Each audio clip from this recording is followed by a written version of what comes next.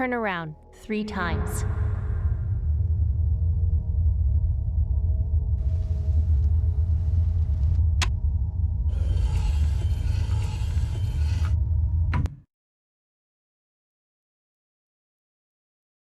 Start shooting.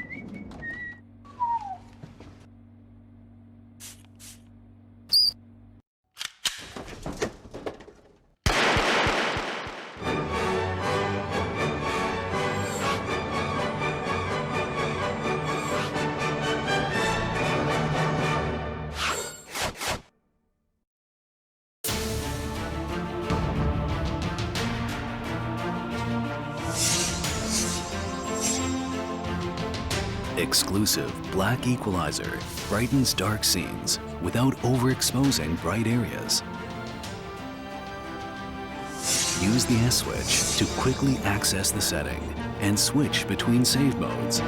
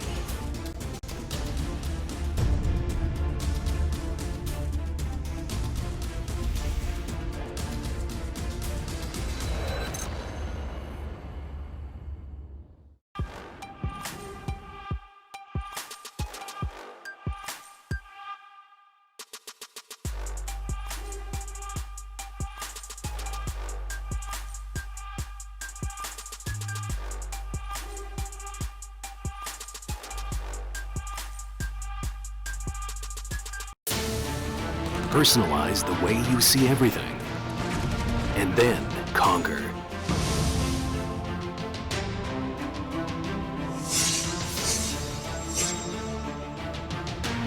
Exclusive black equalizer brightens dark scenes without overexposing bright areas. Use the S switch to quickly access the setting and switch between save modes. Adjust the angle effortlessly for maximum comfort.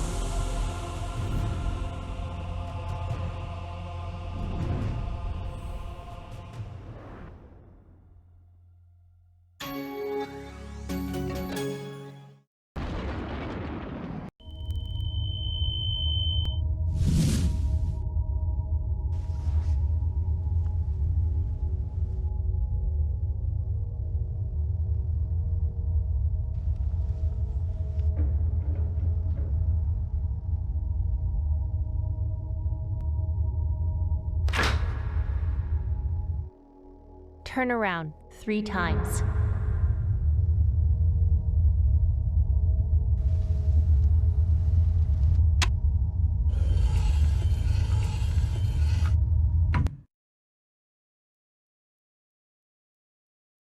Start shooting.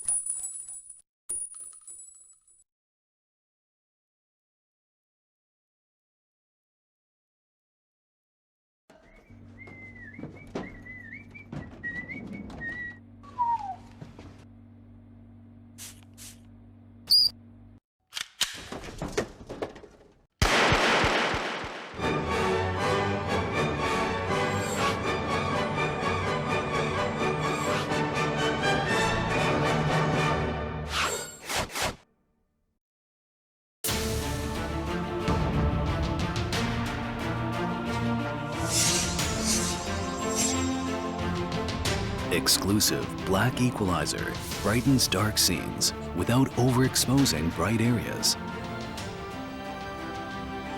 Use the S switch to quickly access the setting and switch between save modes.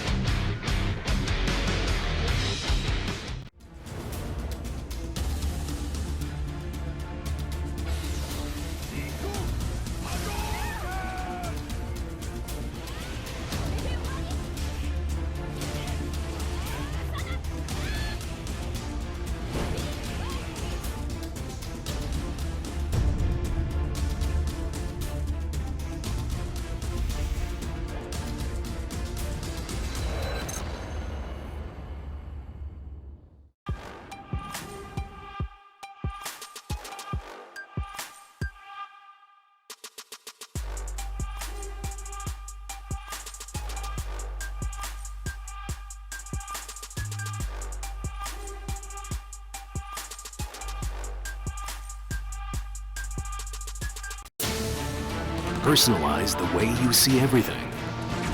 And then conquer.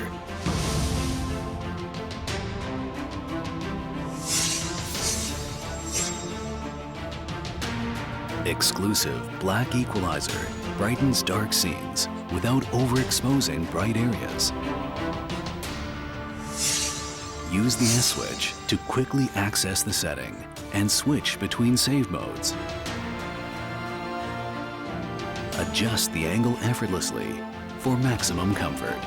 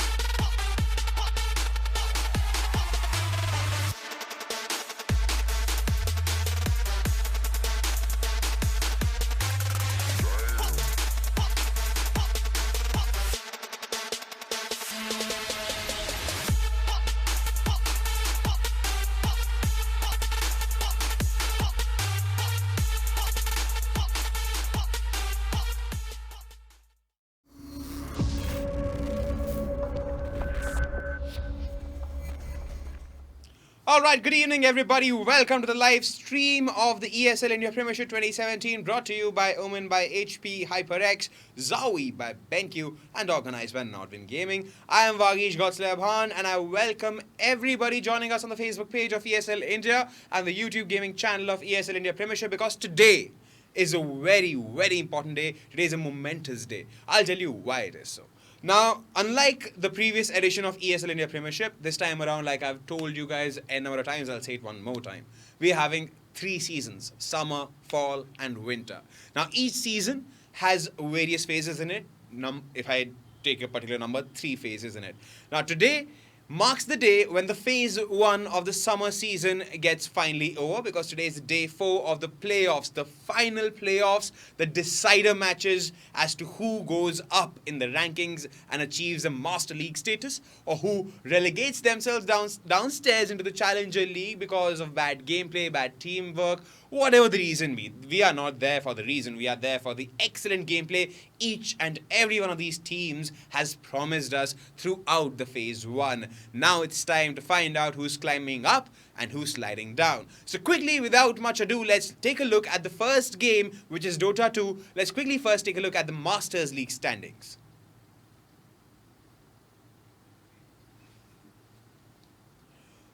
Alright, talking about the Masters League, now this has been quite a daunting journey. Now, Entity Esports has gone home with all clean slate victory, 7-0 the final score, with 21.7 matches in their favor. Now, following them is the second favourite so far in the Dota 2 League of Masters League of ESL India Premiership. We have Aggressive 5 with 18 points in their kitty, 7 matches played, out of which 1 is a loss, and only by the hands of Entity Esports. Now moving on, we have 3 cheers for Divine Ascension on the 3rd position, followed by Stand-in 5, the Dota Council from Bangladesh, for Miracle, and then in the bottom 2, we have Kurokono Doto and XRG.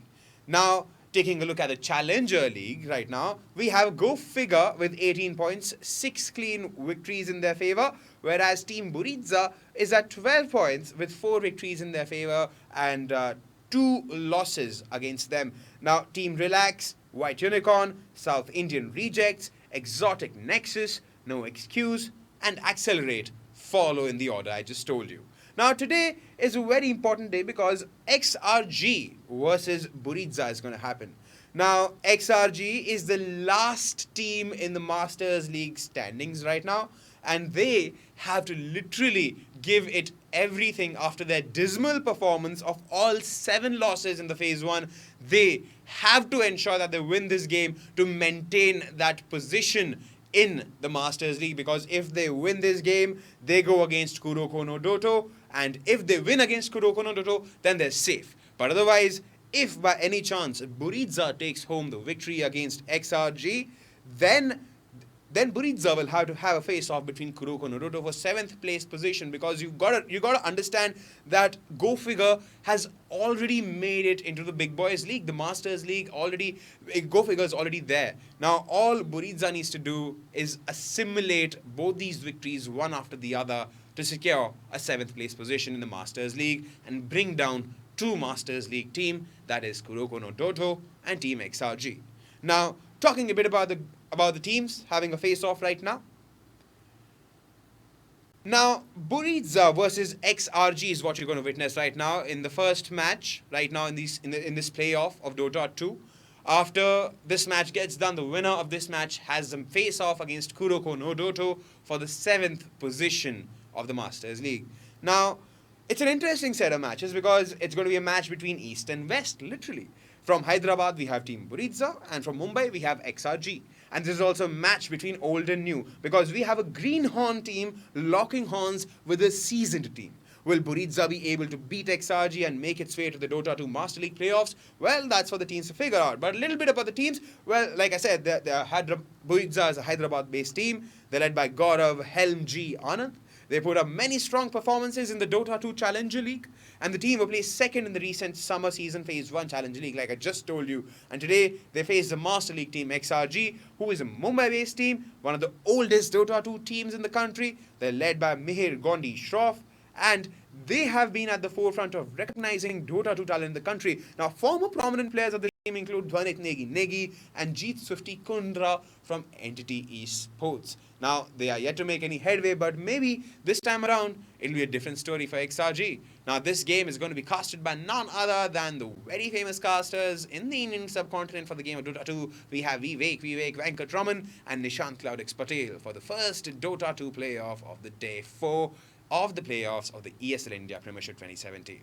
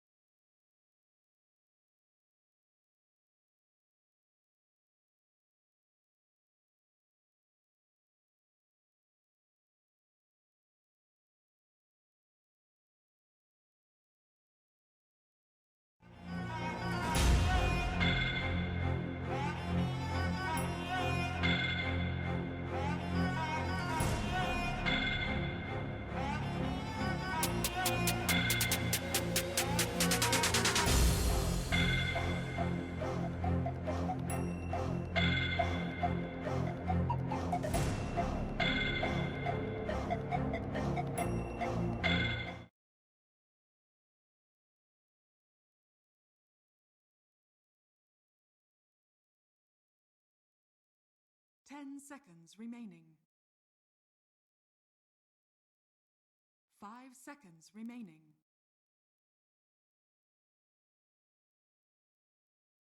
Reserve time.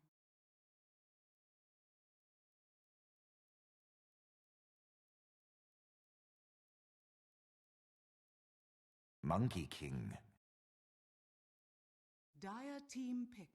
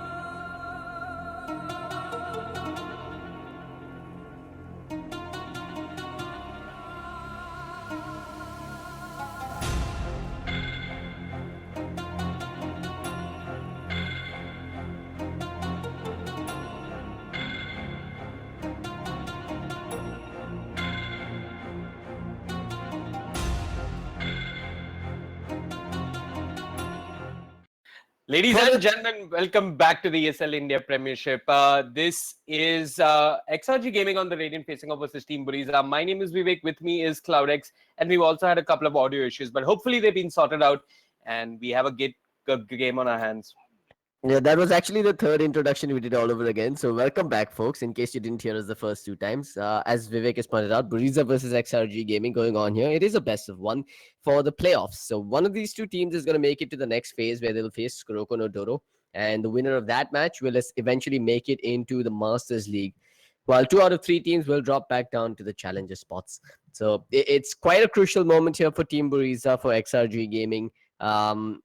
These are teams that we're seeing time and again doing pretty well on the Indian Dota circuit. Team Buriza, they've really been a name that's been sticking out a lot of late. And I'm pretty sure you'll have a lot more insight on these guys. I know you were talking about how they love their Phoenix and how XRG has read into this and chosen to ban it out. Mm-hmm. Yeah, that's definitely one of the comfort picks. And we saw Aggressive 5 doing this earlier on versus Team Buriza. And then they put Unimax on awkward heroes like the Treant and the Disruptor, where he didn't have as much impact as he normally does on the Phoenix. I have a question. If XRG, if I'm not mistaken, were in the Masters League, and if they loses, they get relegated. Is that correct? They were at the bottom of the Masters League, if I'm not Yeah, mistaken. they were right at the bottom of the Masters League. I believe Right. Buriza and Go Figure were at the top of the Challenger League. Yep. Because Go Figure was right at the top, they made it straight through to the Masters League this time around. And Team Buriza, I believe they were in the second slot, which is why they have to fight through the playoffs to make their space in the Masters League. And so they have to beat XRG and they have to beat Kurokono Doto to make it to the Masters League. That's correct. Right. So they basically face off versus the bottom teams of the Masters League. Yes. The top. Yeah. I know it is a complicated format, but it is a comprehensive format as well. I'm sure there's a lot of you on chat as well that don't really understand the format entirely. But rest assured, the ESL India Premiership does have you guys covered. There's a neat little article on their website. You can check it out there. It's called Deconstructing the ESL India Premiership or something along those lines. Pretty well explains the entire format. Anyway, Team Buriza, they've chosen to ban out, rather pick up the Slaughter and the Disruptor as their opening picks, while XRG, they've opted to get rid of the Monkey. Rather, they've opted to pick up the Monkey King and the Omni Knight. A Treant Protector comes out from Buriza here. 3-position Slada. Haven't seen that in a while. And Monkey King and Omni Knight, I don't mind those picks. You've got one defensive support as well as someone who can roam. The bans that are coming out from XRG Gaming, they're taking away the Ursa as well as the Lina. I mean, Lina's a general pest, but why the Ursa Warrior is a question I'm left looking for an answer for. But it looks like it's going to be a 3-position Omni Knight, and a 4-position Warlock. I love how you corrected your Omni Knight to an Omni Knight. I like the fact that I've made you conscious, Vivek. Yeah, man. But to be fair, it's exactly how he pronounces his name. Radiant team pick. Omni Knight, yeah. Yeah, that's also the reason why, Gyrocopter is Gyrocopter and not Gyrocopter. Because it's his name, man. That's how he pronounces it. Right. Anyway, I'd like to see you pronounce Wisp, though. Wisp. 10 seconds. No, I mean the way Wisp pronounces his own name. Anyway, Lifesteal is going to be the pick here from Buriza. It's something like that, right? 5 seconds. Close enough. Anyway, Lifestealer is going to be the pick. This does give them that Infest Bomb setup with the Slaughter. There's also that Sly Infest Bomb setup with the Treant Protector, by the way. You think last pick Storm Spirit for Team Buriza? They do play it. Clown K likes to play it. They banned out the OD. So they have banned out one mid laner. And it makes me think that they're looking at something like the Storm in the mid lane. But I could be wrong. XRG Gaming, they have Omni Knight in the off lane. He should be fine versus the Disruptor and the Treant Protector. I don't see them bringing him down unless they somehow manage to do it when he's level 1. So that's going to be the priority for both supports on the side of Team Buriza. XRG, they're looking for a core. Slark is in the pool. I don't know, man. I'm not too convinced by this offlane Omni Knight here. I think Treant, Lifestealer, and Disruptor are enough to deal with him. If he puts the first point in Repel, Treant's just going to come and pound him in the face with the ridiculous space damage. If he puts the first point in Purification, they could always keep a glimpse at the ready to score a first blood. He's going to have to play extremely safe in the lane. Yeah, I agree. I've actually been thinking about offlane Omni Knight, and it does take a fair amount of mechanical skill to pull it off, because you need to be very careful what you put your first point into. You can't just walk into the lane with this decision that I'm going to use Purification. You need to be aware and you need to adapt to the lane. And I think a sentry would help him just to deal with a pesky little Treant Protector. So I wouldn't mind him actually just picking up a sentry instead of an observer bot. He can maybe even get a D-ward off if Team Buriza do something really silly like dropping the board in the lane. So he could get the D-ward off as well as stay protected from the Treant Protector. They're going to pick up the Troll here. Yeah, I like this. I do like the Troll Warlord and the Monkey King in synergy with each other. The Jingo Mastery does work well with the Battle Trance. You can get those 5 stacks up really quickly and then pow, whack him with that Boundless Strike. Works really well. Not to mention the bonus attack speed and physical damage versus the Lifestealer is really a godsend. The problem though on XRG's lineup is their only real source of damage over time at the moment is Warlock and Shadow Word, which you don't really use offensively for the most part. They don't have too many ways. They actually don't have any way apart from the Warlock to deal with that Treant's living armor, and that could come back to bite them in the ass later. Mm-hmm. What's the last pick here for Buriza? I'm thinking a middle laner, possibly a Templar if they want to go for armor reduction. They're gonna ban out the Templar. Okay, Radiant team ban. didn't see that coming. Maybe they're looking at a puck pickup after all. Yeah. That's what I was thinking. They're probably looking for a puck themselves. XRG, you think this troll is going to go to the mid lane? It's Radiant possible. pick. Nah, never mind. It's gonna be a Tinker at the middle lane with a Troll on the safe lane. Now I don't see the synergy anymore. I mean, when you pick a Troll, you probably want to pick a mid that has some sort of firepower and physical DPS potential. Right. Lots of synergy with the battle trance, of course. But they go with the Tinker. Tinker is great at tempo control, really good at pushing out and installing pushes of your own. But there it is, Buriza. They just had to do that. They had to pick up the Storm Spirit, who's their lacking mid laner. The Storm is great versus the Tinker. Clown K plays a decent Storm. Great synergy with the Life Stealer and pretty much a hard counter to the Tinker. Well, not in the laning phase, but in the mid game at least. Absolutely. And I did call this a little bit earlier into the draft. They do like that Storm Spirit, Life Stealer. You pick up a Life Stealer, you almost always want the Storm, and they're going to pick it up. Troll needs to have a good time in the lane, needs to get that farm going so that he can hold his own against the Life Stealer. Is Gondi the fourth position player? Or I'm not sure. We'll find I out. think Condi is their offlaner. This should be an offlane Omni Knight and then a support Monkey King. 10 seconds remaining. I would be surprised if it was the other way around. Yeah, I mean, what do you do as an offlane Monkey King? Sit in the trees and try and leech EXP, but not really effective. All right, purely in terms of draft, man, who do you think's got this? Purely in terms of draft.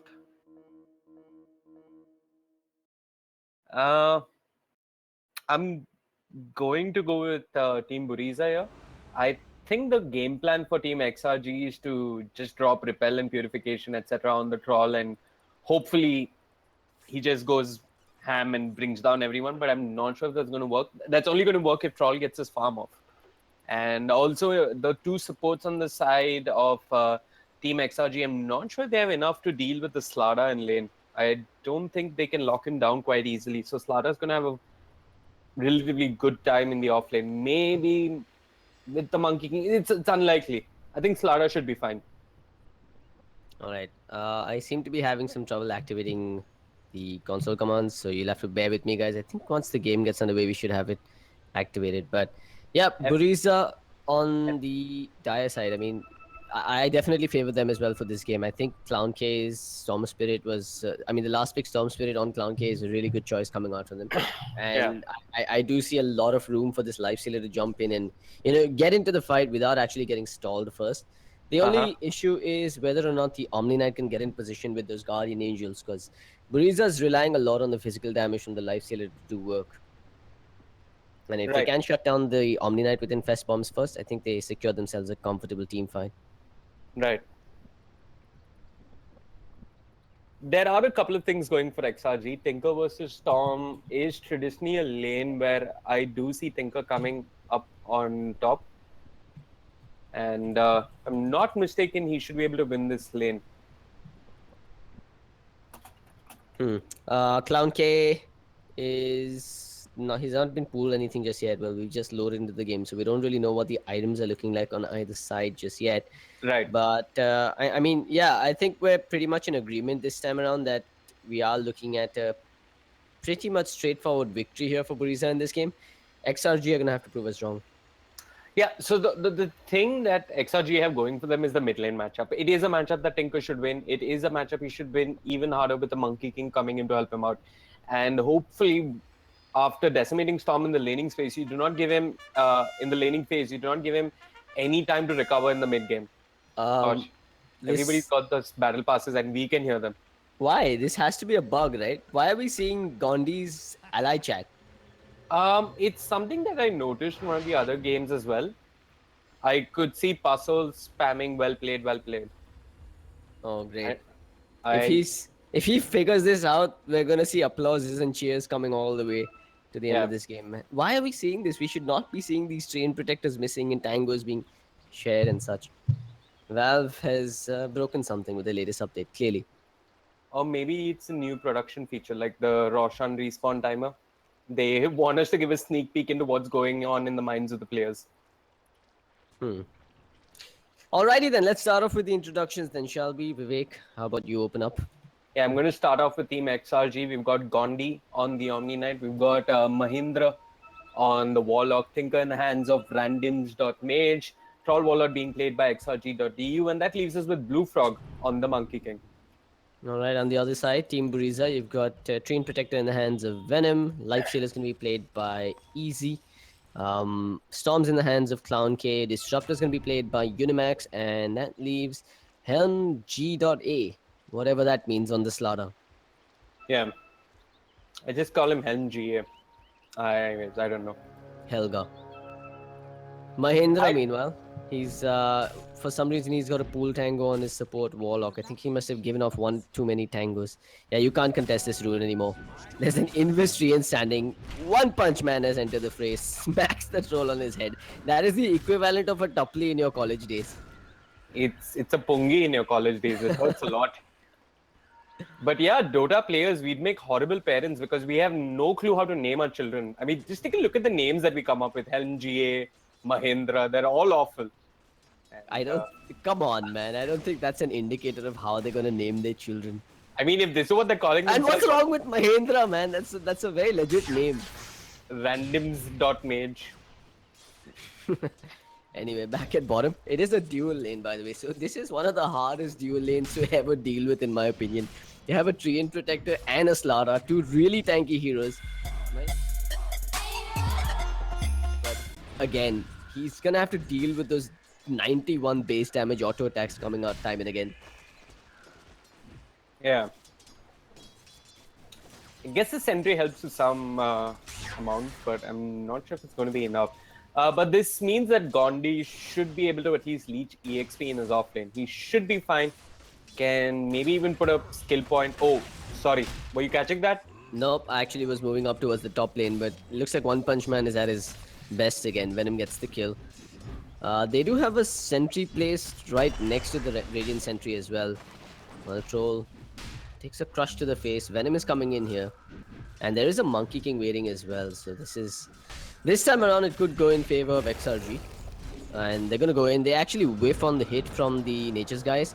Venom slowed down a little bit with the Primal Spring, but he's going to go Invis real soon. He has a tango if he wants to drop Blue Frog. Nah, he eats the wrong tree. I think Monkey King just needs to lead some EXP, get the one-pointed Boundless Strike, and try and make a play on Treant with the Dust of Appearance. But Treant, he's rotated to the top lane. So as a roaming 4, he's been a whole lot more effective than the Monkey King just to start out with. He's also hit level 2, so he's got that point in lead seat. And yeah, good start for the Treant Protector. So a lot of work being done by Venom on his 4. He helped Slada secure the bounty room. He helped get a kill on the Warlock. If I'm not mistaken, he got the kill himself.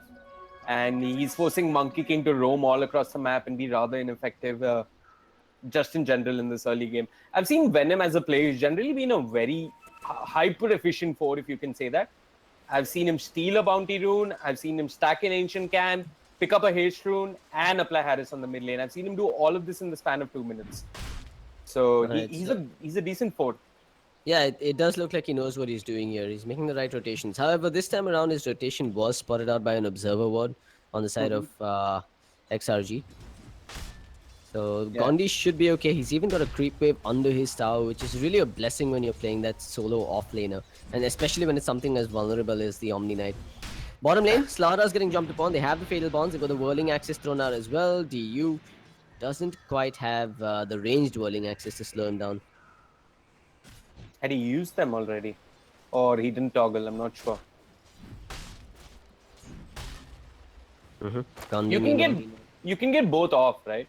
I mean, you can use the range and then walk in, and maybe if you're fast enough, you can get the melee off as well. There's nothing to stop you from doing both. I've never played Troll, so I'm just asking you actually. You can use both, yes, but ideally you want to... Okay, let's hold that thought because I think Gondi should be dropping here. He has a Purification, pops it once, doesn't pop the Repel, pops it just in time to shrug off both the Open Wounds and the Glimpse. That was some patience being displayed by him, really. If he panicked and popped the Repel first, he was pretty much a goner there. Absolutely. Dire's bottom tower is under attack. What's everybody looking like in terms of last hits on net worth? You've got the Lifestealer sitting at the top. Mid lane, here comes Blue Frog. He jumps in with the Primal Spring. The Living Armor is there. It's not going to be easy to work through. And with no Jingo Mastery, the Monkey King can't chase any further. Yeah, I'm actually also surprised that Tinker didn't pop the DD rune while auto-attacking there. He should have considered doing it. He'd have done a fair bit more damage. Maybe he wouldn't have got the kill anyway. Actually, I think he could have. He's holding on to skill points as well. He's got 2 points in laser. That's true. If he just put 2 points into the heat-seeking missile, fired the laser and hit him with a few DD hits, he might have got that kill. And Monkey King had the Boundless Strike as well. So slight bit of miscommunication, I guess. Maybe not actually, because Clown Kid did have the infused raindrops and a Fairy Fire. He would have just survived. Okay. I guess it works out for the best for XRG. Even with the DD rune, let's do the math because it's actually fun. So 2 points in heat seeking missile, give you 200 damage. Laser does. No, he wouldn't have died, man. I'll do the math. He wouldn't have died. I can guarantee you he wouldn't have died. Yeah, the with infused the raindrops would have shaved off the damage. Yeah, with the living armor, no, yeah, I wouldn't have died. Anyway, Unimax just trading hits with Gondi right now. You've got a Monkey King coming into the fray as well. And yeah, I mean, again, it's just boiling back to better rotations coming out from Tree and Protector. He's gone back bottom. Monkey King has gone top. They're probably not going to expect Venom to be here again, playing musical lanes, and this might just allow them to score a kill on DU. If he's going to get this hit... Oh, he walked into it, but Helm is going to run in now forward. Has the crush, gets it off. The Whirling Axes are applying the blind on them.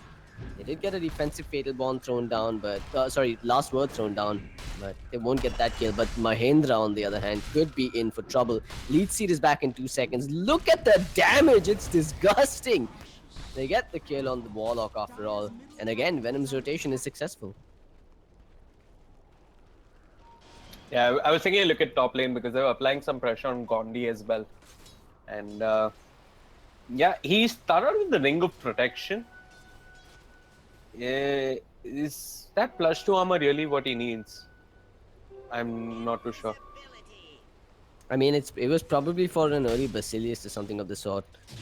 Anyway, mid lane, it's an Invis Tinker coming on Clown K. They'll get the hits off. He does have the zip though, and a living armor thrown upon him. He gets out of there. No points in the heat-seeking missile, by the way. So this random Stinker is going straight up farm build, putting 3 points into the March of Machines, in fact. As a Tinker player, when would you do this? When you know you've got to get an early BOT. And in this case, I think it's justified. Because Clown K is 6. He's just going to wait for Lifestealer to hit 6. And I think it's go time right after there. Maybe just score a kill on the Tinker himself. Right. And no stacks for him just yet. But should be able to farm up in the Radiant jungle. He's not doing too bad in the mid lane. What's the CS looking like in the mid lane? We have Tinker at 43 and Storm at 34. So Tinker has definitely won the matchup in terms of last hits. He's also got a big net worth advantage upon him. He's got 3,000 net worth on the Tinker, while Storms has got himself about 2.5k. That March build is starting to pay off quite a bit for him.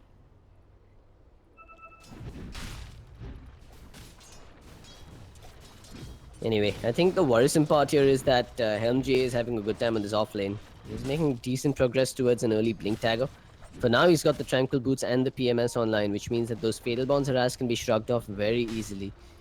We're looking at Monkey King still to make an impact this game. He's got 0-0-0 on his scorecard. Venom's been spotted out here. And I think that should allow them to stay alive, but they won't be able to score a kill here on him.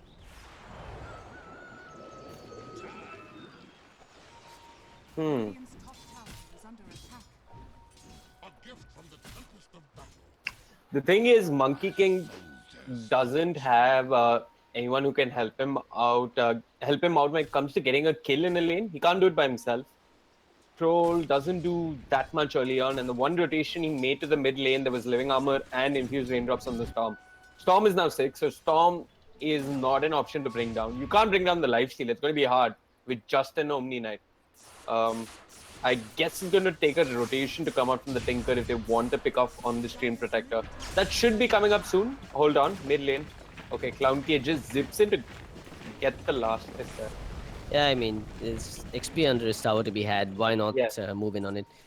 Here's the problem, right? When you're facing versus when you're fighting versus the Train Protector, if you're committing to a tower, you have to go all in and get the tower. Else, your efforts are just going to be completely wasted. In this case, Clown K doesn't care if Tinker does a little chip damage on his tower. Train's just going to heal it back up. And every time Yeah. the wave pushes in, he can come in for safe EXP under his own tower.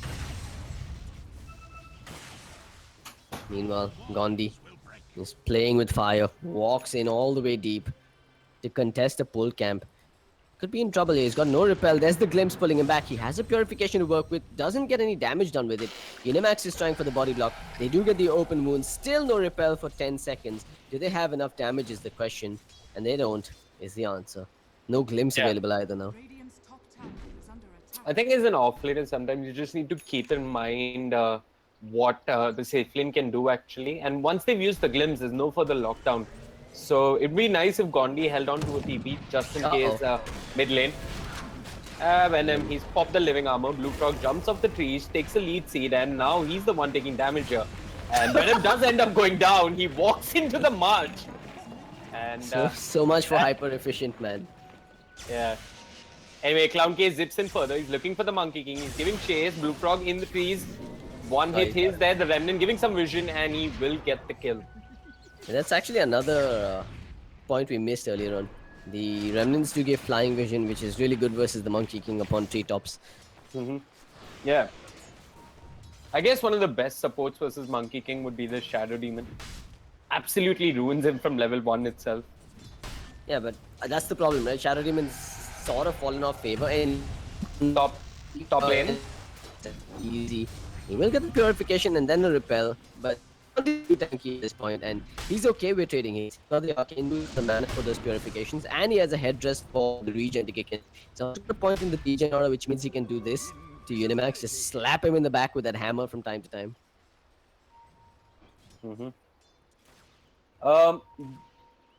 You went robotic in the middle of that, but I'm not sure if it's an issue on my end or yours. Okay, But you're fine now. all right. Hey. Clown K now with an Invis rune moving towards bottom. They've seen the Monkey King jumping upon those treetops, but I think it's mutual. They've spotted out the Slaughter as well as the Train Protector moving towards the south side. Big stack here, so Clown K's rotation won't entirely be a waste. They will be able to get a lot of money off of this movement. But it also opens up free space for Warlock to continue farming and getting EXP to level 6. Yeah, he's hit 6. And at a reasonably good timing as well. You got to remember though that this is a best of 1, which means that if either of these two teams slip up even a little bit, they're going to get punished very heavily. For now, Monkey King is playing with fire, I have to say. Venom, however, should consider picking up a Quelling Blade this game just to deal with this MK.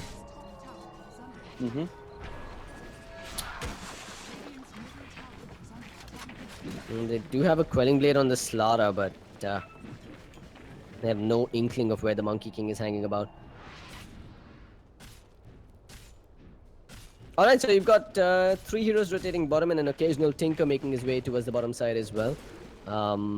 Venom's dropped down their offensive observer ward close to the tier 1 tower, so they're spotting out Monkey King. They can bring him down now. They know exactly where he is, but they still don't have that Quelling Blade. Venom is actually queued it up, by the way, so he is going to be going for the Quelling Blade next.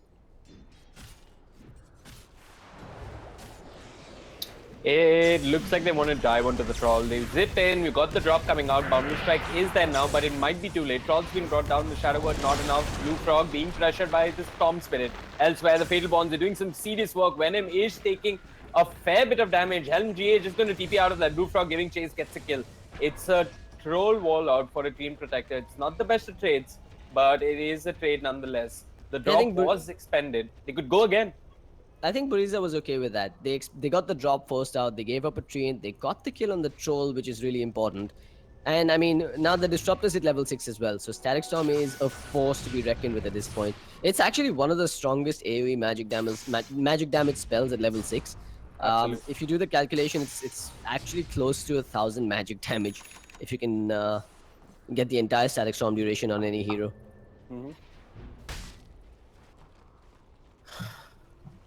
Practically like an epicenter that silences you as well. Yeah, it's really handy when it comes to teamfight control, and they've got some setup as well with the Treant Protector. Speaking of setup, though, they've got Clown K now with a baby in his belly going towards the bottom lane. You've got Slaughter running in for the crush. They have the crush available. They even have the amp damage. They'll go straight upon the troll Warlord and bring him down first, and then Mahendra's in trouble next.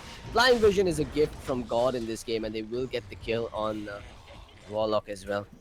That's 2 down, 2 quick pickoffs from Team Buriza. Very well executed, putting that Infest bomb to use right from the get-go. I guess this is where Troll's comfortable laning phase is going to come to an end. He's not made much of it. He's just sitting with a headdress, face boots, and a Basilius, which isn't the greatest of starts. It's going to come down to the Tinker and maybe even the Omni Knight to provide some real damage for the Radiant here. I'm actually not a very big fan of Vlad's on troll. However, yeah, actually in this game I'm not a fan of it at all, to be honest. It would have made sense if there was another core or a physical DPS core on your team that really needed it, but I would have much rather preferred he go for something like the Yasha, maybe even, you know, straight off the bat go for a Shadowblade this game. Nice pick off top lane. I say pick off, but HelmGA, he's got the Guardian Sprint, he's getting the hell out of there. He's got living armor as well. So it was a purification into a laser and a rocket coming out from the Tinker. But at least getting an objective, which is the good thing. Yeah, they got the tier 1 tower on top. Both cores... Yeah, you were saying? Yeah, I said it did cost them a tier 1 at bottom as well, so... Yeah. Both cores, I mean, the laning phase is more or less over. Lifestealer seems to have come out on top because he's got an armlet complete and he's sitting at 1.3k gold. While the troll is really poor. The other good thing for Lifestealer is that he can be on the hunt for pickups with the Storm Spirit, while Troll has to play rather passive mid-game, just sitting in the jungle trying to farm and catch up. So clearly Buriza coming out on top with the laning phase, at least in relation to the cores. And Slada's getting a blink as well. So he should have more impact than an Omni Knight who's getting closer to his mech. But you can't be everywhere with the Omni Knight, especially when Buriza has such a mobile lineup. I mean, Clown K is going to be looking for pickoffs. Clown K is almost, he's actually done with his Bloodstone, 15 minutes in. This is an insane timing to get your Bloodstone, to be honest. And it's all on the back of those pickoffs and some of the tower gold going his way as well. Another Infest, this time with the DD rune picked up on Clown K as well. Pretty much a guaranteed kill if they find someone hanging out by themselves here. Clown K doing the right thing, dropping down those remnants behind trees to watch for Monkey King upon treetops. Oh, they see the Tinker. They should see the Tinker here. Yeah, they see him. That's a dead Tinker. Oh, he blinks to the north. That was close. Are they still going to get the kill? They blinked up top again. He was in the high ground. Lifesteal has been left to the low ground. The glimpse is there, sending him further back into the static storm. That'll be the death of the Tinker. Maybe not though, because the Omni Knight gives him the Guardian and the Repel. They finally end up losing the Treant Protector, but there's the crush coming out. Slaughter comes into the rescue. Blue Frog is in trouble, ends up dropping to the Lifestealer. Now Lifestealer is going to have to make an escape here, but at the end of it all, and as the dust starts to settle, it is the 2-for-1 trade in favor of XRG. They got the Storm as well as the Treant Protector. Yeah. Rather underwhelming start to your Bloodstone, but they got Gondi with the crush. Clown K zip saying he's looking to make up for some lost Bloodstone charges and will pick up a quick one. So Clown K was a little slow with that zip though. I mean, Tinker did manage to blink out first and then he zipped in the wrong direction. And when he tried to go in the correct direction, Lifestealer just got off a bit too early from the Infest, and he was on the low ground with Clown K on the high ground. There's a Boundless Strike keeping Clown K in position, and he just ended up falling. But that's a drop coming up from Mahendra, and yeah, I think it would have been just fine for XRG if they didn't lose the Omni Knight all over again there at mid. But now I think the tables have turned once again in Buriza's favor, and they know that the drop is on cooldown. They're going to go in with the Slaughter, straight upon the Warlock, blow him up before he can get anything done in exchange. And now they're going to turn their attention towards DU, who pops the battle trance but has an amp damage upon him and is probably going to go down. What a whiffed crush there from HelmGA. That was very uncharacteristic of him, I have to say. So, if you were captain of XRG, what would you be telling your team at this point? Without really censoring it, I'd be saying calm your tits, guys. Let's just wait till the drop is back online and make a play with a repel on the troll warlord. And Keep let's farming not, till then, stay alive. yeah, let's not get picked off till then. Let's have some good defensive vision, ideally. And yeah, try and make a play when you have the drop available. But every time anybody shows in lane, the Slaughter is just going to jump in, or Storm is going to zip in. Oh, Lifestealer could be in a lot of trouble here. They'll start with the boundary strike. What are they doing, really? They're going to go in with the troll. They need a bash to kick in, and they're not going to get it. How unfortunate is it that DU didn't get a single bash there, despite using the Battletrons. Unimax is making a run for it now, along with Helm GA.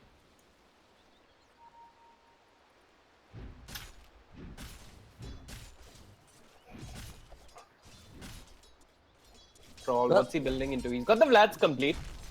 Is looking to build into a Sanj and Yasha. This could also be one of those games where instead of a Sanj and Yasha, you go to a Manta style first. I'd honestly like that more. Why would you prefer the Manta style here? You can Manta dodge Glimpse, it's really hard. You can Manta off Corrosive Haze, if I'm not mistaken. Works versus open wounds also. Are you sure it works versus open wounds? I don't think it works versus open wounds. To the laboratory. I mean, all you gotta do is hover over the Lifestealer and check if open wounds is dispellable, but for now, they'll Infest Bomb. We'll see your potential Manta style and raise you an Infest Bomb with the Slaughter and his Amp. They get the kill on the Troll, and now they're looking for more. The drop is there, connects on to the Fatal Bonds are there as well, but it's not nearly enough to stop this onslaught coming out from Team Buriza. Maybe it is. Gondi's now turning around with an Infernal at his back. Clown K could be in trouble here, has to zip away, zips a little further far behind, has a rocket following him as well, but he stays alive through it all. This is turning into quite a haphazard fight for Team Buriza as Gondi is kiting him with a repel. Blue Frog is in the vicinity, turns into a tree and just hides in the tree lines. HY will give you a pat on the back for that one. Clown K is on a mega kill streak. Randoms comes in, finishes up the Lifestealer, blinks forward, finishes up on Clown K, gets himself a double, and then TPs. Nope, doesn't even TP back home, just blinks forward south, has a laser, gets himself a triple, and now they see Venom, who's making a run for it. He has been dusted. Blue Frog is going to try and give vision long enough for the Tinker to TP back to the lane, perhaps. Tinker's TPing in, but Venom, he's managed to get away. Yeah, Blue Frog out of mana. So, Open Moons, as well as Overgrowth, as well as Corrosive Haze can all be dispelled with the Manta spell. Can it? Are you sure about the open wounds? Yeah, I just checked. Okay, great. So, I mean, one of the reasons why you'd still go Sanj and Yasha on the Troll is because you can then disassemble the Yasha, get yourself the Manta style with the Yasha component, and then maybe a Halberd from the Sanj. Halberd's not too shabby this game, to be honest. Once the Rage is offline for the Lifestealer, you get some evasion kicking in from, first of all, the Whirling Axes, and then you can even disarm him with the Halberd. Halberd's pretty good versus the Storm as well. You essentially prevent those overload charges from coming out on you in the middle of a fight. But yeah, it seems like Tinker and his plays are the only way XRG could come back into this game. I mean, Tinker's made some space. With those 3 kills, Buriza are going to be thinking if they want to keep looking for team fights like this. Because Tinker does some serious work. So Buriza are going to be a little passive for a bit until they get their next item. And this is space for Troll to farm. Which is exactly what XRG needs. For Troll to become a beast. And hopefully he reaches that point where the enemy just can't deal with it. Gondi's been doing some fine work. His saves have been there. He's actually trying his best to keep his teammates alive. Even that one save on Tinker earlier on was excellent. Made just through the Guardian Angel as everything just to keep Tinker alive. Yeah, it's working for sure. He's also pretty tanky in this game. He's quite a hard target to bring down. Guardian Angel's back online. He has a mech, and I assume he's going for the Greaves first. This is a game where I wouldn't be too surprised if he even chose to go for a Blink Dagger for that positioning advantage. Venom! He's down. Long range harass coming out from Randoms, followed up with a Boundless Strike and another rocket. Well played comes out from Gondi. That was very cheeky, I've got to say. It's ally chat. It's not all chat. Yeah. Anyway, Tinker is doing some really good work here, and it looks like the Flame Protector is just not respecting the amount of damage that can come out from the Radiant. He's standing in the mid lane thinking what? That he's a Centaur? I'm not sure. I guess the play for Buriza is to try and pick up the Tinker. That should hopefully be their next big objective. But I it's think hard. Tinker actually goes back for a Yule Scepter this game. Instead he is rushing the Aghanim Scepter, but given that Storm's building towards the Orchid, the Yules wouldn't be half bad really. Mm-hmm. I mean, it's also not too shabby versus the Disruptor. If he does connect with the Static Storm on you, you can always use yourself above the clouds and negate some of that damage. Is under attack. Right.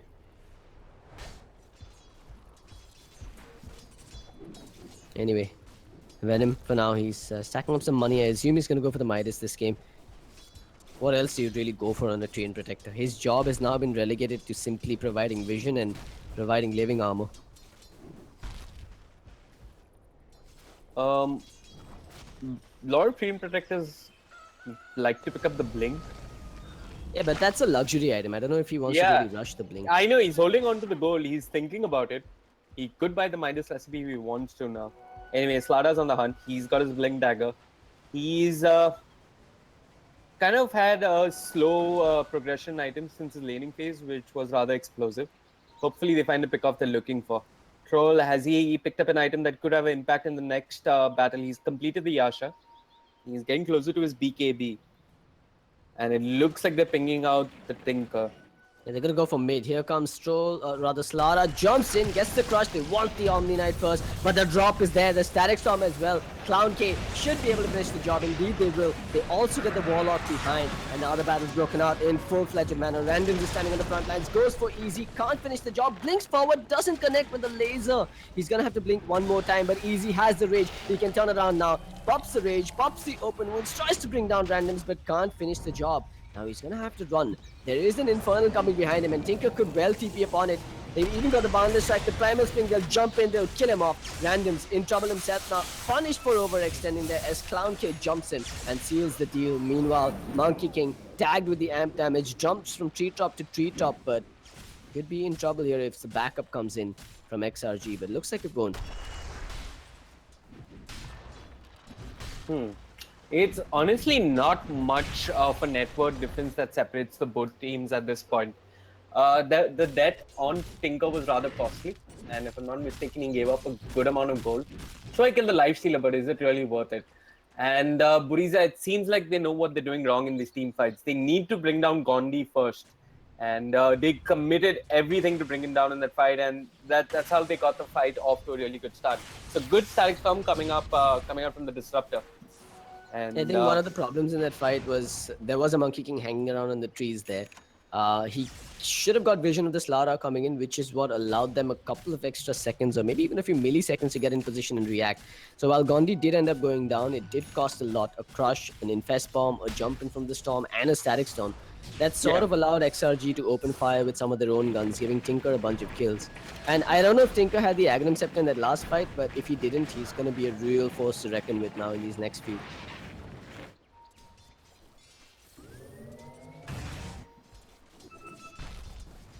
Anyway, Venom looks like he is indeed rushing the Blink Dagger, so no might is coming out from him. Yeah. This is a risky play to make, I have to say. If you don't go for the Midas, you're essentially guaranteeing that you'll fall off unless you get that assist money from those Blink and Roots. And I mean, now I see your suggestion for a Manta Cell making sense on DU. He's actually going for the BKB first, and then a Manta Cell, I assume. So BKB goes through route. Anyway, top lane K, he's found man, Randoms. He's got the Orchid as well. Should be a quick kill. Shadowbird not going to do too much. Randoms will end up falling down. 357 gold going the way of Clown K, and he's diving deeper. But he just backs off in time. Yeah, there's another issue with the XRG lineup that Clown K is not even hesitating to exploit. The lack of lockdown. Without the drop, they have no form of counter initiation. I mean, unless you're going to count a Boundless Strike, really. Clown K? Ooh, that was close. Structures are fortified. And now Trained has a blink as well. Mahindra does have the drop. Radiant's middle tower has fallen. But they don't want to fight without the Tinker. He's down Are for they 20 pinging out seconds. Venom? Do they have vision of him? Yeah, they're dropping that. Yeah, they have a sentry ward, so they should have seen him. He's actually still just chopping through trees, hoping to find that Monkey King and drop him to the floor. What? What? That gave me a mini heart attack, man. Mahindra What? just pump faking the drop over there. This'll come in handy. Here I am. Alright, Life Stealer, ready for the Infest Bomb once again, I assume. He is going for the Desolator next. Actually, I think he's got the full Desolator now flying out to him as well. Is this Oodles of one of the- physical damage. Is this one of those games where you got next item MKB on the Lifestealer just to deal with all the blind coming up from the Radiant? Yeah, I think that wouldn't be a bad choice. Maybe skip the Abyssal and go for an MKB this game. I mean, you got decent teamfight control and lockdown with the Storm, with everything, with Slada, with T2 as a blink now. So maybe just deal with the mischance. Yeah, but they're doing the right thing for now, smoking and sneaking into the pit to bring down Roshan with the ramp damage, while Clown K and Venom just continuously apply pressure on this bottom side. They're actually going in on Troll. This could be a disaster for them. They have the drop, choosing not to commit just yet. Troll stays alive, and it doesn't really cost them too much, but Venom, however, looks like he's going to be going down here. Yeah. I think it's a fair trade. You force out a 5-hero rotation bottom, you get an Aegis, and you lose your He tree. didn't have to do that. He walked in to use Overgrowth, which was completely unnecessary. But yeah, this is when you probably tell your team those space created here. I did a moon meander. What do you say? Alright. Anyways, they got Aegis. That was a worthwhile trade in that sense at least. But I don't think this is going to transition into an objective. And you'd want Venom to be alive to maybe pop an Overgrowth now. So they gave the Aegis over to the Storm, by the way, not the Lifestealer. Which means that he has a license to YOLO with the Lifestealer in his belly now. Right. Storm has queued up the Moonshot. I guess this is not a serious item choice here for him. Yeah, I Just think queued it's... it up in his quick buy. I'd like to see... What would I like to see here, to be honest? On the Storm? Yeah. Mm, I mean, he's got so many options here. If he wants the armor, he could also Shiva's Guard. He I wants, think BKB. I was thinking of a BKB, but dude really needed this game. This'll come in handy. Dire's bottom tower is under attack. I mean, you're essentially just dealing with a boundless strike and a few hits from the Tinker, right? You can already disjoin the Tinker's rocket, so I don't know if a BKB is really justified here. Dire's middle tower is under attack. Then I'd you probably maybe go for Shiva's Guard in this game. Maybe even a... not even a Lincoln's. The Shiva's Guard seems ideal. Or the Bloodthorn. Yeah, he has the Shivers queued up. That is... I do think that's the right choice. uh-huh. Radiant's top tower. I mean, there are no hard and fast rules to purchasing items on the Storm Spirits. I mean, most of the time the Bloodstone Arcade is mandatory. But from there on, it's rather situational. Do you think this could be one of those games where he goes Ags or Dagon? I mean, I'm just clouding around here. Oh no, but- come on. I don't think that's justified really. That's over. That's really just throwing the game. Oh, Blue Frog, he's been caught, he's been brought down. There's the real Dream Protector, but it looks like they're disengaging. They get the kill nonetheless.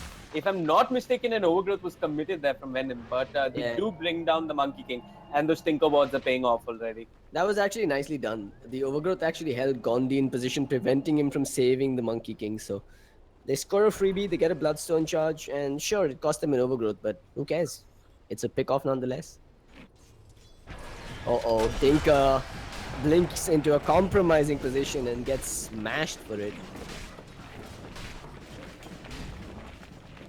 Things are just slowly going downhill here for XRG.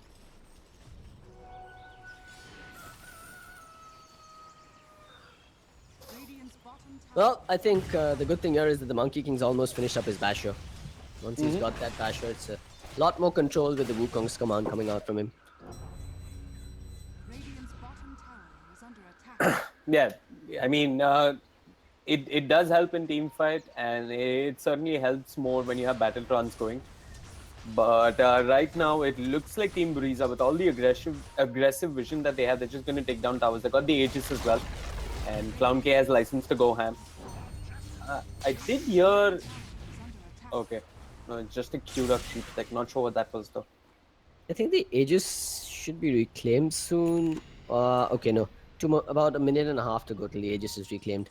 Top Right. lane, You do have the BKB on the troll, by the way. It is a 10-second BKB, and he's gonna have to put it to use almost immediately here. Has it at the ready, doesn't quite commit. Clown K is gonna get bashed here. No bashes just yet. An overgrowth comes out. A repel will shrug it off. The BKB still in his possession and still on. Bottom lane though. Some quick chip damage being done by the lifesteal along with the Slaughter and the Disruptor. But Tinker with his Ags does push them away with the rockets. I'm not sure Venom really needs to jump in to pop these overgrowths. I guess Storm is fine without those overgrowths. If you're building a Blink Dagger because you want to get a good overgrowths, are those really the overgrowths that you want? I mean, I'm not really sure. If the whole point is Blink, so you can position and hit better overgrowths, but you're hitting rather underwhelming ones. And I think it's all right, to be honest, as long as Storm's gonna get out of there. you're getting some objective on the other side of the map. Committing like this is not so bad. I mean, they did get the kill on the Monkey King again. They did do some chip damage on the tier 3. They forced out a fortification. I think an overgrowth is justified for that. Tinker needs to be careful. Slardar almost caught him out of position there. And did force stuff ahead. Yeah. They even used the scan, but it was a little too late. Troll still has a 10-second BKB. Yeah, and he's finished up a Sanjay Yasha. Again, we kind of thought he was going for the Manta style here. More control versus, well, all these debuffs and roots coming out from Team Buriza. But I guess with the Repel and the BKB, you really don't need too much more. You have a pipe finished up on Slara, by the way. That's a really crucial item when you're trying to siege high ground versus a Tinker. There's the Lifestealer going to work. Does bring down the tier 2 tower, and then DU with a repel upon him can't really be stopped.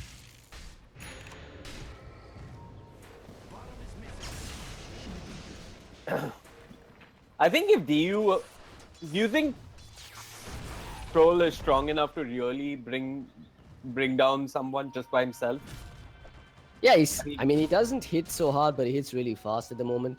Right. I do think Troll can't be left unchecked in these team fights, so he's going to do a significant amount of damage, including on heroes like the Lifestealer. They aren't really immune to his damage at the moment, but they're getting closer. Easy does have an Assault Cuirass almost finished up upon him now. Yeah, he's actually always welcome. And immediately, Buriza making some calculated plays. They know that they got themselves a minor advantage, and they'll put it to the test immediately with that Infest bomb setup. Looks like they want to breach high ground here without the Aegis. They catch Mahindra. No drop. He does have buyback though. Yeah, he's got a buyback. I think he will have to. I think it's going to be hard for the Dire to go high ground with the constant Mart spam. I mean, it's going to take Clown K to really pull off a deep, successful dive if Team Buriza want to go high ground. Right, Venom. He's also picked up a gem for the map control this game, so they're making some good decisions here. Some calculated plays coming out from Buriza. Disciplined Dota, if I may say so. It's very easy to throw when you have lineups that include Storm and Lifestealer, not to mention Slara's blinking in, so it's impressive to see that they're controlling the urges.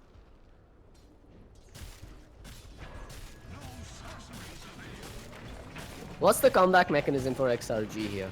The only way I see them fighting back is, you know, really big drop with Fatal Bonds and then Tinker going to work with the Aghanim Scepter. Fatal Bonds and Tinker just cannot be ignored even at this point in the game. No, it cannot. There is potential for damage coming out from XRG, but there are two ways. You either go to contest the next Roshan and you manage to do it successfully, but you do not have the greatest of team fight in comparison to the opponents here with the Team Buriza. So you either contest Roshan or you wait for them to come high ground. What are you going to do? Either one of the two. And the best outcome here for Team Buriza is to find a pick-off before going high ground, and a pick-off ideally on the Tinker. Or the Omni Knight. Or the Omni Knight, yeah, that's what they'll be looking for. However, they have buybacks. Tinker has a buyback, Omni Knight doesn't. Warlock has a buyback as well. Clown K zips in, he's caught a Blue Frog, hits the Monkey King. The purification is there with the repel. Clown K immediately gets the heck out of that. That was a little questionable. I mean, again, though, if they do manage to pull that off, they know that the only lockdown is in the form of that Warlock drop. If he can bait out a one-man drop and respawn with his Bloodstone charges, come back into the fight, it's over. XRG can't get trigger happy. They have to hold that drop for the most opportune moment only.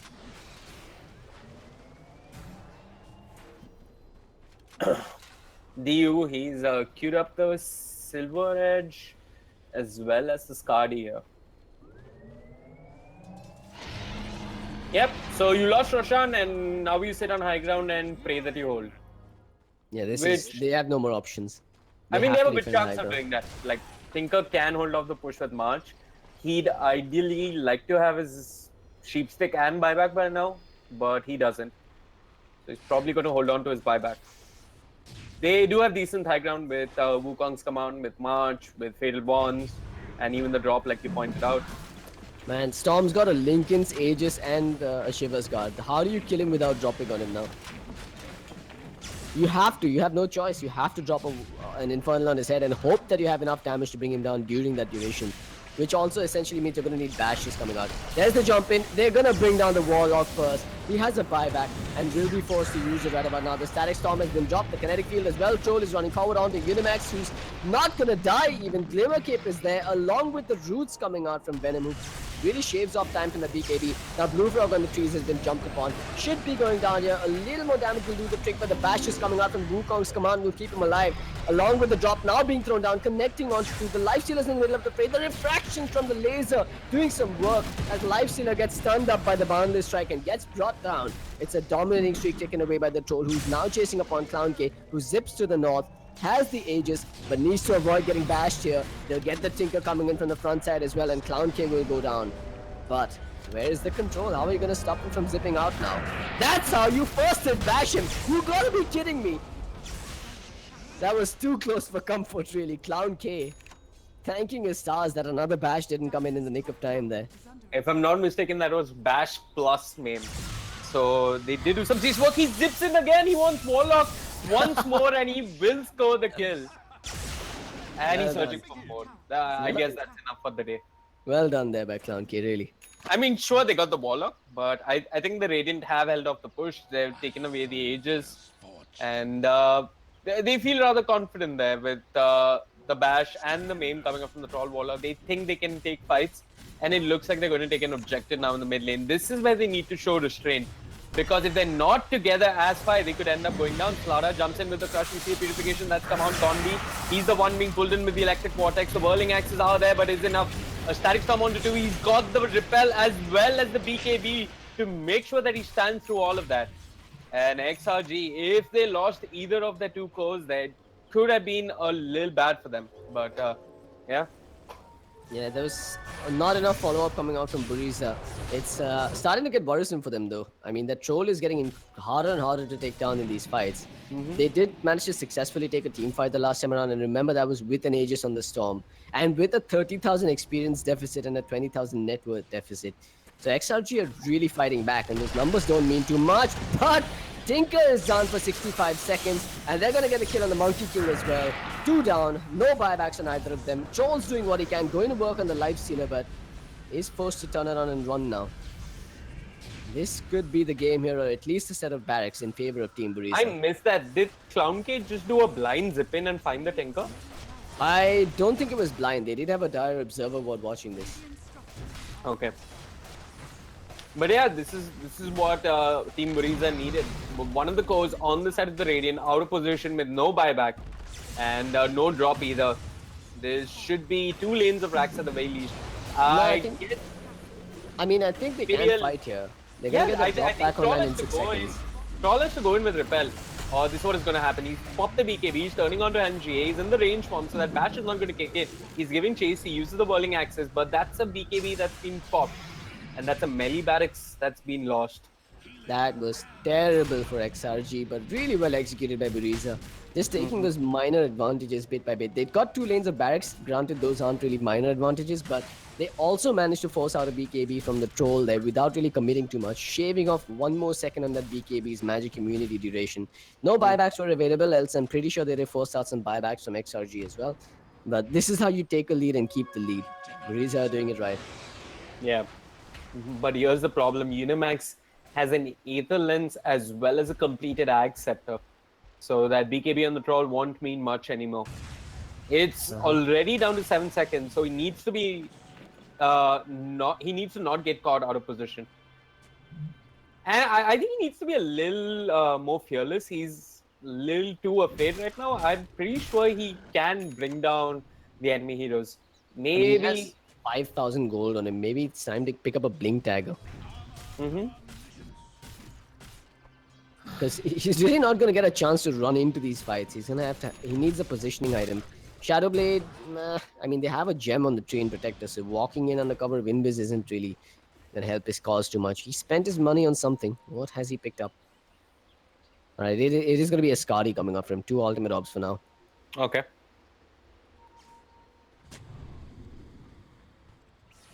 Oh, Clown man. Victoria, that were those ultimate orbs you were talking about, Nishant. Ay. Oh god, this cannot get any worse for XRG. He spent his buyback money on that. He doesn't even have buyback, nor is he going to have those 2 items to work with. If Buriza saw what was on that courier, they should just beeline to a lane and end this game right about now. And that's pretty much what they're doing, just moving up towards the top lane and pushing in. Yeah. This time the ally chat on the side of XRG has gone awfully quiet. None of those well plays coming out from Gondi anymore. Since the Greaves he's picked up, the 4 stuff is building into the Ags so that he can have the Guardian Angel on those buildings as well. Yeah, but I mean, it's more about the global cast range, I think. Yeah, the global cast range. Tinker does have the sheep stick. And maybe if he doesn't get picked off first, we could see the fight turn in favor of XRG. Storm does have the linkage, and with that they're going to pop a smoke. BKB now complete on the Storm Spirit. Who are they looking for? Anyone who shows himself on the map, basically. Anyone that shows for a millisecond is done here. He's going to zip in onto DU. He saw DU. No, that's too much. That's too much, man. He's got Gondi at his back. He's repelled as well. He's just going to walk into the enemy. Well, this is new. They see Tinker here. Oh shit, they almost got him. NGA was a little slow. What are they doing? The smoke popped, but they thought there was someone in the trees. And now Troll is walking towards him. Clown K zips in. He's got the Lotus Orb as well, zips out. Okay. That was the strangest of smokes I've ever seen. Now this is going to work on the range barracks. And they will get it. That was just them trying to earn style points, really. There's no other explanation to that. Yeah. Okay, clear up the range brackets at mid as well. Clown K is hexed up, but there's no follow-up. The only team fight control is coming down, coming out from the drop. And the Monkey King to some extent, who after completing the Abyss, the Skull Basher went back for the Treads. So he's got some more HP to work with. I'm not sure it's going to be enough. As a Storm Spirit, you've got to be so fearless when you have a Linken's, Glimmer Cape, Lotus Orb, Living Armor, all of this thrown on. You feel invulnerable at this point, and I'm surprised that the Lifesteal is not infesting into him when they're starting to fight. I mean, it looks like they don't care about the fights. They've got the Solar Crest, they'll drop it on easy, they'll pop the Rage with the Living Armor, they're going to take the Tier 3. No contest coming out just yet from Team XRG. If they don't fight now, they might just be out of the tournament. The glimpse is there. He pops the BKB and now he's running ahead. Sheesh. No Skadi to work with. And now no BKB. Sure, they've got the Repel. But there's a Lifestealer infested into Clown K here. I'm pretty sure Unimax was just messing with him, just casually throwing a glimpse on him. He panic pressed that BKB. Yeah. How do you defend this without magic immunity on your troll, or rather without the BKB on your troll? Repel is all that he's got to rely on, but they're going to jump in. Omni Knight is down. No Repel just yet. The drop comes out. The Static Storm is there, though. It's even better. Guardian Angel's been popped as well. Everything being done to try and keep Troll alive, but he drops anyway. Lotus Orb pop. They end up getting the counter Hex, I believe, but Blue Frog could be in trouble next. The buyback from the Troll. Easy goes to work on the Monkey King. Doesn't quite get the kill. The bashes are connecting, but he gets the triple anyway. Randoms is doing some work, spamming out those rockets and lasers. Now Troll's been bashed up. Can they finish the job on him? Perhaps not, as he's going to be the one turning around the melee barracks ball. The range will follow suit, and it's mega creeps in favor of Team Buriza. I think we're going to see the GG call right about now. Well, they're going to try their best. They've got buyback. Randoms, he's got the open wounds on him. Does manage to get 4-star out of them from Gondi easy. He's got the Abyssal Blade, which starts to make work off the Troll Warlord. Will get the kill. The Purification is there, but it's not enough. I see a glimpse. It's on to easy. And He's fine actually for the time being. It was the Tinker who was glimpsed, and they do manage to get the kill on the Tinker. There is a buyback, and Gondi, he finally calls it. XRG, I think it's partially a draft issue here. There's a serious lack of lockdown on their side. I do agree with you. I think the draft was a major issue coming out from them. They did look like they were showing signs of life, but Buriza just had the better picks, and I've got to admit, they were the more disciplined team as well. All right, folks, this is where we're going to wrap up the broadcast for now. We're going to hand it over to the boys from CSGO for a Counter-Strike match. Post that, I believe there's going to be Buriza versus Kurokono Doto. That should be at 9 p.m. Yep, that's what I was I told. believe that's at 9 p.m. So stick around, Dota fans. We'll be back soon. For now, enjoy your Counter-Strike. We'll see you later.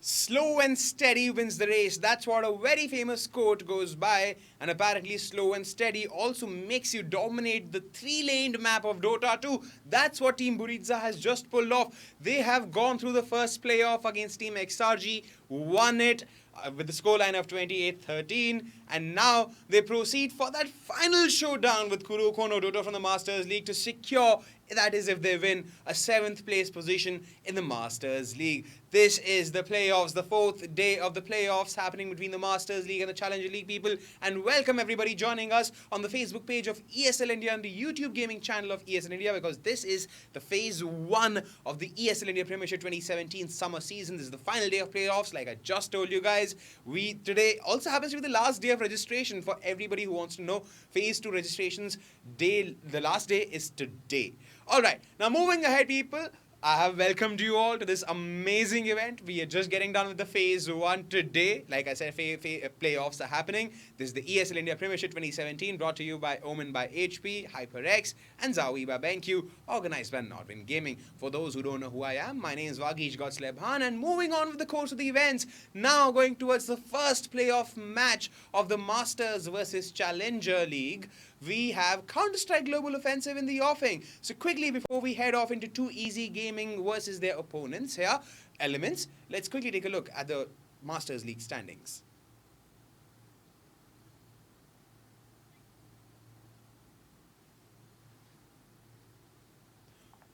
Alright, talking about the Masters League standing, now we know for a fact that Risky Gaming is that one unbeatable machine. They won the Masters 2016 back in Delhi. Now they are here in phase 1 of the summer season of the ESL India Premiership 2017, and they're here with a bang because 0 losses against their name people, 21 points, the highest they have achieved so far. Now Entity Esports follows behind them with 18 points, only 1 loss registered by the hands of Risky Gaming against them. Now Semper X is on 3rd position with 9 points in their kitty, 4 losses and 3 wins, whereas Trademark Gaming is again on 9 points, 3 wins, 4 losses. Dare to Dream with 3 wins, 4 losses, again 9 points.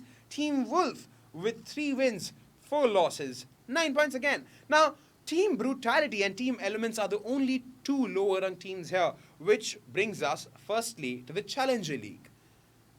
Now, talking about the Challenger League standings, JMD Gaming has already secured a position in the Masters League by virtue of the fact that they have 12 points in their kitty. They've won 4 matches. They won the maximum matches they have right now to be played. And 2 Easy Gaming follows in the 2nd position. Now, the 3rd position, Blitz Gaming, has 12 points. They have 4 wins and 2 losses, whereas JHS is on the 4th position right now. And Accuracy Gaming comes in at 5th with 9 points, 6 games played, 3 wins, 3 losses. But our focus here is on 2 Easy Gaming because that's the match which is going to happen between 2 Easy versus Team Elements. The last team in the Masters League table will be facing off against the 2nd place team in the Challenger League, that is 2 Easy Gaming. And the winner of this match will play against Brutality, and the winner of this subsequent match with Brutality in the picture will decide who's in the 7th place in the Masters League. But quickly, before we go head on into the game, let's take a look at who these players are and these teams are. Talking about Brutality, now they are one of the most popular and recognized team of the country. Now, their fan base is unrivaled by any other Counter-Strike Global Offensive team here in the country. Now, they have been playing since 1.6 Counter-Strike days. They're led by Arjun Uwenta Kantpal.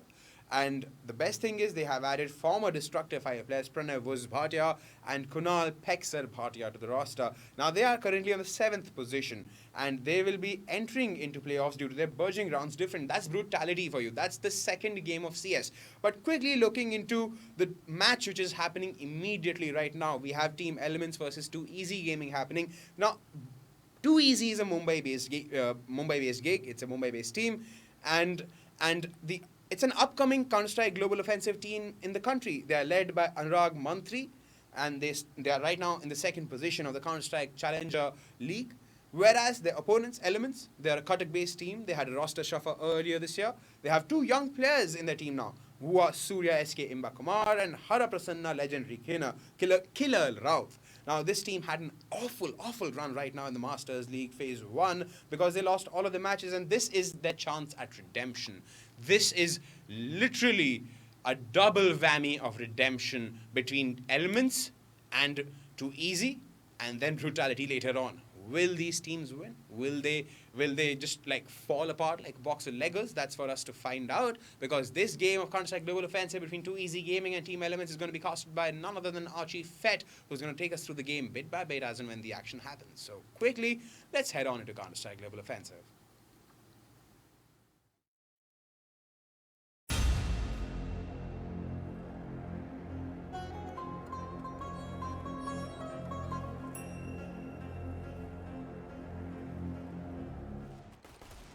Alrighty, ladies and gentlemen, welcome back to the relegation/promotion battles to the Masters League from the Challengers Division.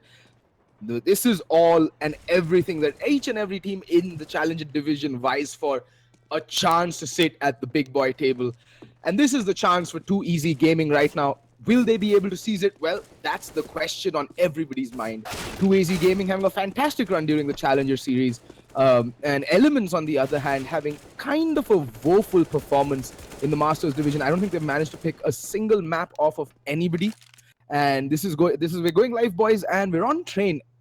Surprisingly enough, 2 Easy Gaming going for one of Elements' more stronger maps. I mean, Elements' strongest map by far is Overpass, and that was the first ban to come in from 2 Easy Gaming.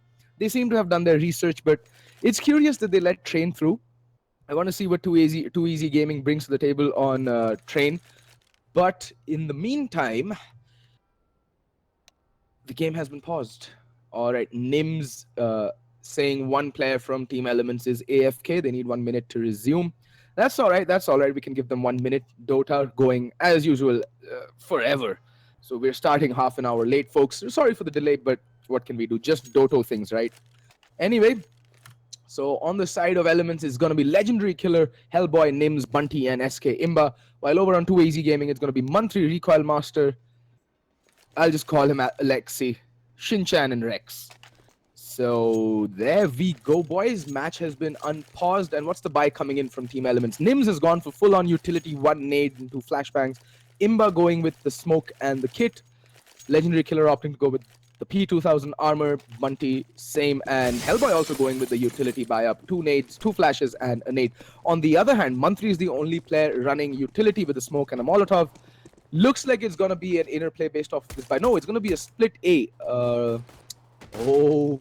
Wow, instant aggression up Ivy, and it's getting punished, well, instantly. And that nade takes a chunk out of Shinchan, and Hellboy tapping away, not really able to land a single kill.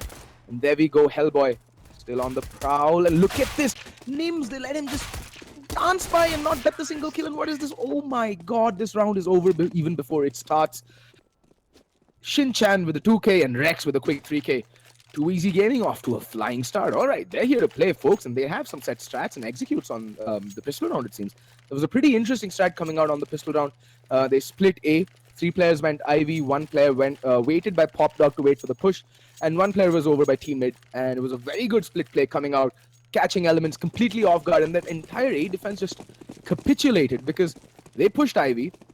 They met 3 players, and unfortunately the trades just didn't come their way. And they just fell like dominoes. There we go. Bunty playing by E-Box. He's going to get smoked off for the time being. In the meantime, look at this aggression up. Inners and oh, 3 players just falling. It's all down to Imba and Bunty right now. And Alexi has been tagged down to 36 point of health. But everyone else is quite healthy and hearty. And there we go. Alexi picking up the 3rd frag for the round, and now it's all down to Bunty in a 1v5 with just a P250 to hold down and make something of this round. Fortunately, we already see Rex out on the hunt, and Bunty to fall to Alexi is again Alexi with a 4k on that anti-eco. Perfectly played there by 2EZ Gaming. They seem to have a very good read on what Element's doing in these first few rounds at least. Expecting the IV push, shutting that down, getting a very easy, literally walk-in towards the outer bomb site. Then in the second round, they kind of like predicted that it's going to be an inner push. They just waited for it. Their sights trained just by Pop Dog, and all of Elements just walked into a meat grinder. Anyway, we're going into the 3rd round, yet another full eco, like just upgraded pistol. So they're going to have a decent amount of utility going into the first gun round here, Elements. And look at this, yet another push, this time up T mid. The question is, though, is anyone watching the flank for 2EZ Gaming? And the answer is pretty self-evident. It is no. And they're going to have a fast flank going in already. Although, Alexi is watching nothing right now, actually. Mantri, he needs to be careful. He's going to get caught off guard. There we go. That's the bomb down as well. Alrighty then. In the meantime, Alexi gets 1, gets 2. Can he find the other 2 kills is the question. He's hearing them. There we go. He spots 1. He does get Molotov off, but now it's all down to Legendary Killer. He has a UMP to work with, but I don't think he can get much done. Does spot out Alexi. He has taken a spot of damage. He's down to 30 points of health, but Legendary Killer needs to make his escape very fast. There we go. Recoil Master popping out of those stairs, and instant decapitation. Thank you very much. 3 rounds on the board for 2EZ Gaming. And a very clean affair as well. Managing to keep 4 players alive, 5 players alive in the first anti-eco, and 4 players alive in the second one. So their economy will be looking pretty strong right now.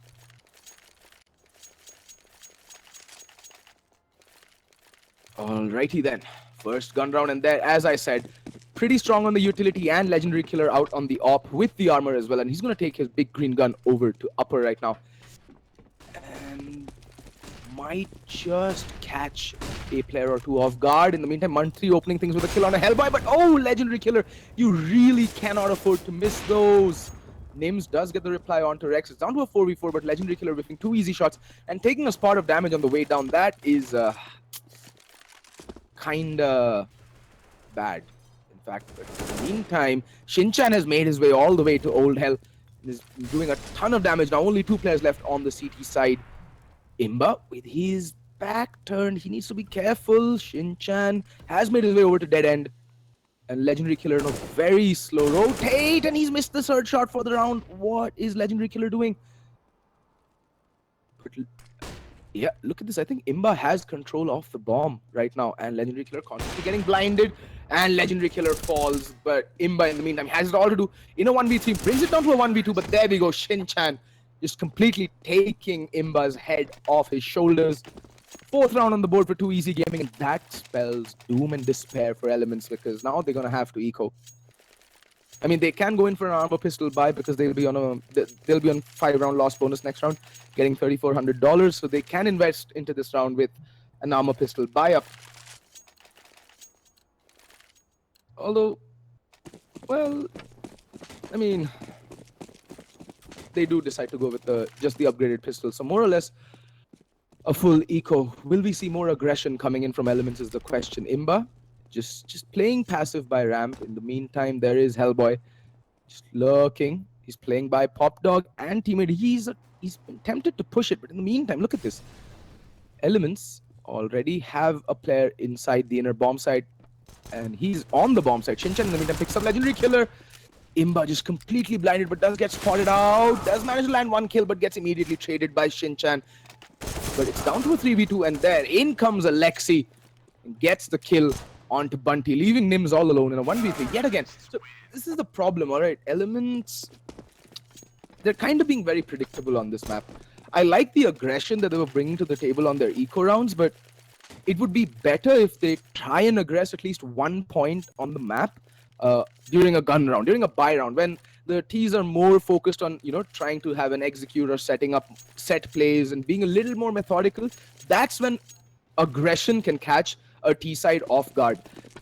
But from the looks of it, 2EZ Gaming is just here to play. They have come with a point to prove, and they really want that spot in the Masters division.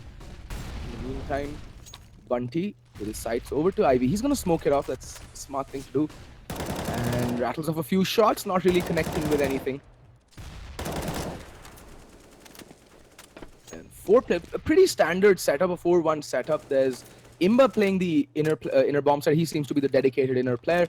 And now finally we do see Legendary Killer rotating in towards the inner bomb side to look upper with the AWP, leaving 3 players by the outer bomb side. 2 players playing fairly aggressive. This is good. Like if 2EZ Gaming do decide to go for a set smoke execute, these 2 players, that is Nims and Hellboy, will be above the smokes and will be able to catch 2EZ Gaming off guard. But the question still remains is whether 2EZ Gaming will be prepared for this. They look like they've done their homework on the map. They look like they know how Elements like to play. And so far, there we go. SK opening things up onto towards the inner bomb site, leaving Legendary Killer all alone. And the rotations are still coming in, and there we go. Rex getting the kill as well onto Legendary Killer. That's 2-man to the good. That Molotov's going to slow off any further rotations. It's down to a 2v5 as of now, and Hellboy is just so frightfully low. He needs to be careful.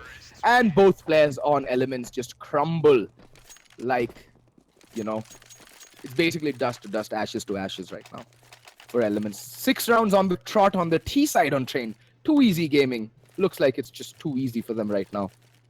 Yes, more puns.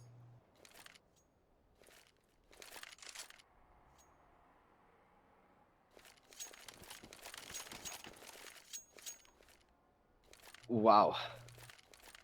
This match paused. I think it is a tactical timeout coming in from Elements. And yes, they really need to get their heads back into the game. This would be an ideal time to call for a tactical timeout. The reason being it puts a stopper on 2EZ's momentum. And because if you take a look at the money right now on 2EZ, they're just running away with it. Alexi is sitting on 12k. Shinchan sitting on 10k. And everyone else 7, 9, and 9k respectively. That is after fully buying into this round. So Elements, okay, going in for a force buy, it can catch 2EZ off guard. Let's see what they make of this. I'm interested. I'm curious to see what this force buy will bring to the table.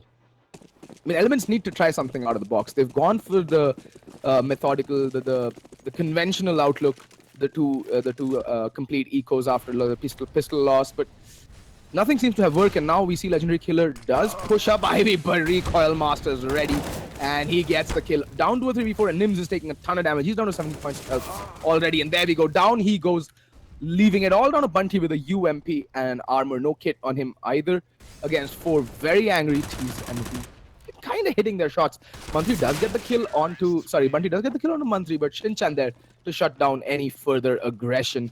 7 rounds consecutively on the T side for Too Easy Gaming. Wow. Is this right, is my question. I mean, Elements got 14 rounds of Brutality on Train, and it is one of Brutality's stronger maps. And Team Brutality, I think they will be playing the next match to stay in the Masters division themselves. But my god, Too Easy Gaming just steamrolling over Elements as of now. And yet another hard eco coming in. Just upgraded pistols for the T's, and oh, Hellboy opening things. But Nims is there to reply. In the meantime, they're all falling, but Alexi is just feeling it right now. He's on top of the scoreboard with 13 kills, followed closely by Shinchan.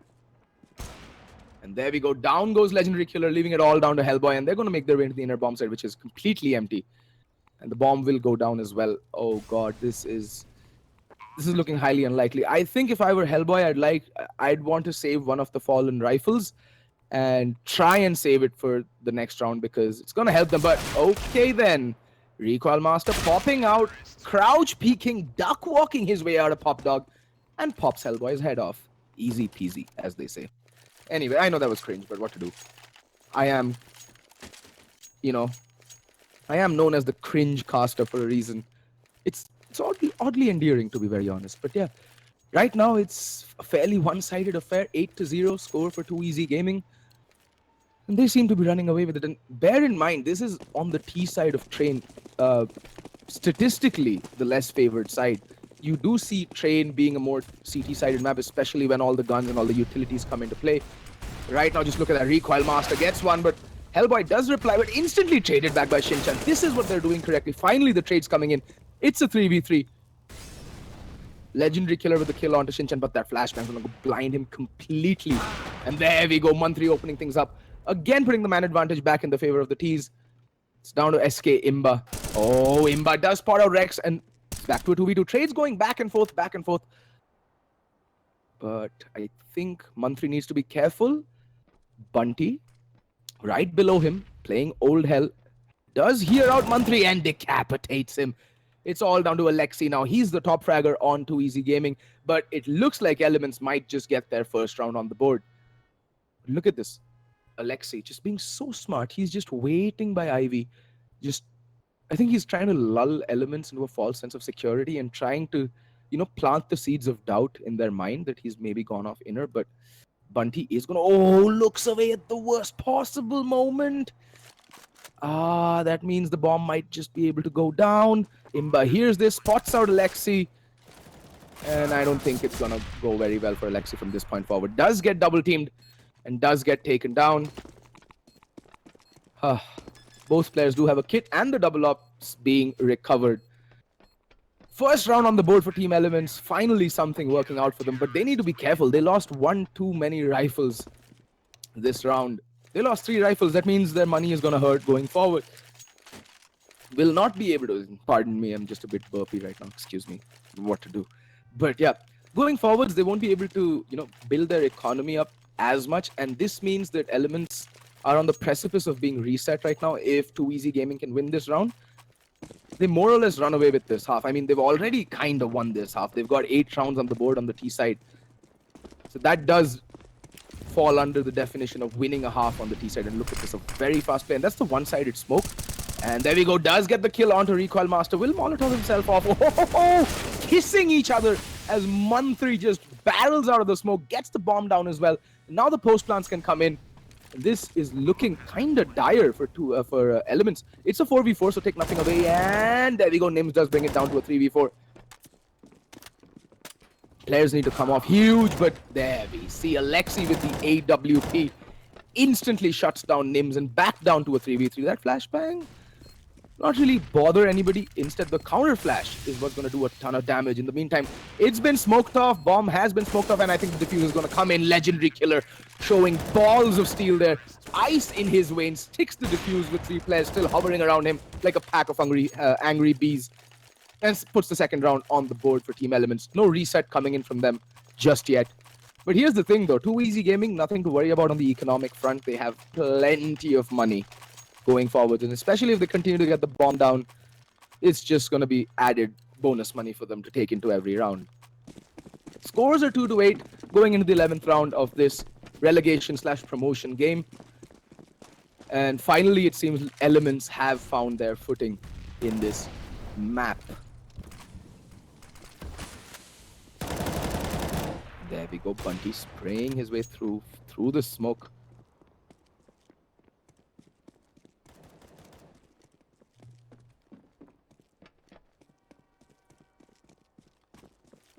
Alrighty.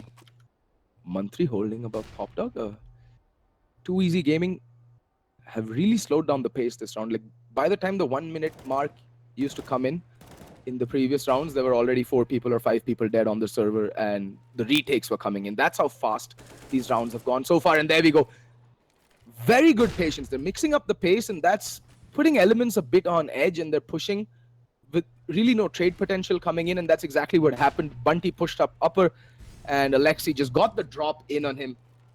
And that's gonna be a problem going into the future. There we go. Mantri getting the second kill as well. This is... Finally, the kills do come in. 1 trade, but the inner bomb site, again, ripe for the taking, and I think they should call the save this point moving forward. Yeah, none of the CT economy is not that good. The remaining Elements players should be going for a save right about now. It's 4v2, yes, Alexi Marson, internally bleeding, but I mean, you've seen what he's capable of. He's been hitting some nasty shots, but this round all came down to Mantri. Although Alexi did get the opening frags, but Mantri doing the rest of the work, clearing out the entire inner bomb site, almost all by his lonesome. And that was the round for Elements. 9-2 will be the score after 11 rounds of play, and Elements' money will get reset. But they might just force into the next round. Yeah, Legendary Killer with 3k will have 4.4. He can drop for his teammate. He does have an op saved. Hellboy will have the M4 saved, provided they can, and Legendary Killer does find Alexi. Can they save both these rifles is the question, and the answer is no. Okay, that's... Oh, Legendary Killer surviving the skin of his teeth. But yeah, I think they might just be forcing into this round because 2 players are way below the threshold that will allow them to buy in the next round. Either Nims and Imba with $1,400 and $1,450 respectively. Yeah, and there we see the force buy does come out. In fact, it's not going to be that bad a force buy. They do have 2 M4s, 157 and an op to play with, along with a little bit of utility here and there. So another curious round coming up right about now. Look at this Hellboy punishing that early aggression by Rex, gets the kill, retrieves the AK-47 as well. So this is a good start. Finally a good start for Team Elements after a long time.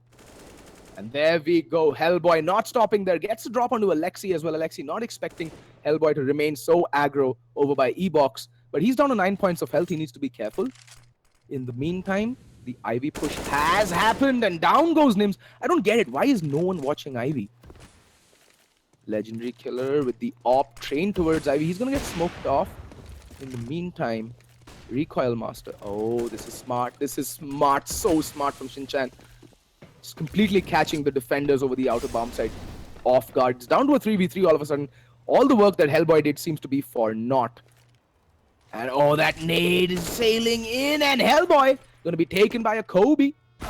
And down goes Legendary Killer as well. I don't know what he's looking at, to be very honest, but oh, escape. Does manage to take the bomb down, but there's trade coming in. But trade potential is always there. This is what I'm liking about Too Easy Gaming. They're not playing really flashy Counter-Strike, but they're playing the very basics of it very correctly. And that's what's working out right now. And this is what I've been really liking about, you know, since I've started casting Corbex and ESL India. I'm seeing a lot of new teams come up. And while they might not be doing the very flashy plays, they seem to have their basics in place. They do know how to play the trade game. They do know how to go about it at least the basics of it, and that's what's actually helping them win a lot of these matches and cause a few upsets here and there. In the meantime, Hellboy is still going to be playing aggro by Pop Dog and Team Mid. I don't think he's going to catch anybody. Nobody's really interested in Team Mid right now. Alexi's just waiting for the push. I mean, they've been patient and they've been rewarded with their patience time and time again. Too Easy Gaming, because Elements just love to push. Look at Imba's position. He's so far forward. And there's no one to trade for him. I mean, yes, he might just catch one player off guard, but this is more or less a one-and-done position.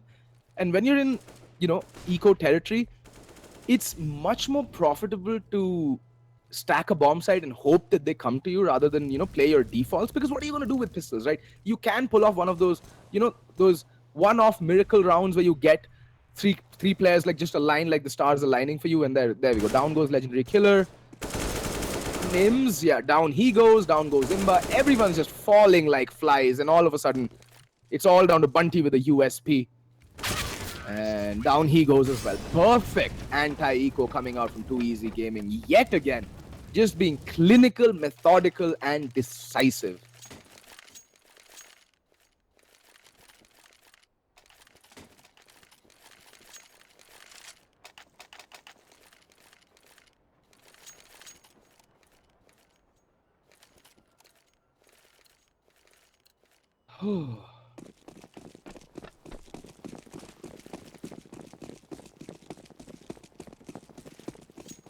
Anywho, going into the penultimate round of this half, and Imba is going to be very aggro and instantly shut down. Down goes Legendary Killer as well.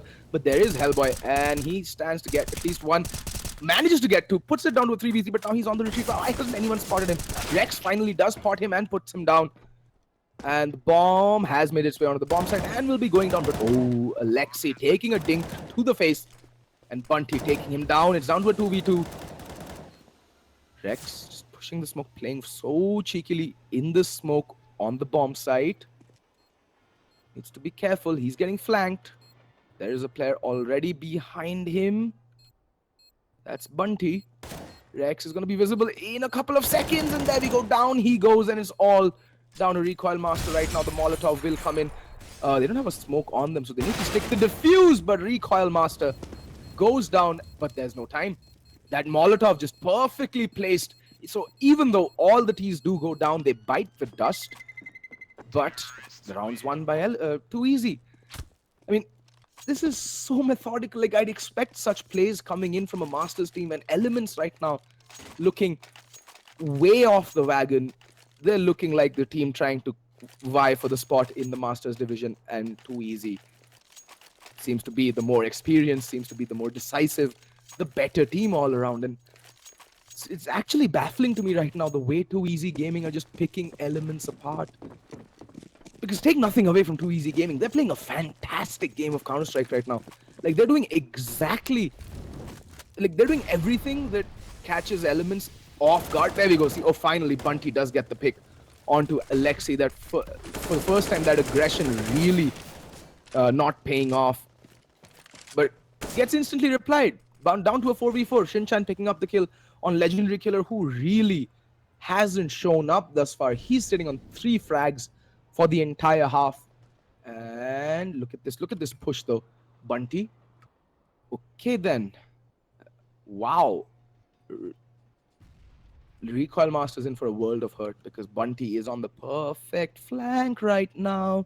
Yes, I know I'm being a bit singy-songy, but it's just that good. There we go. Man advantage restored for the series, and he's going to book it. But does he know that Rex is... Oh, okay. I don't think... What? All right. Cool.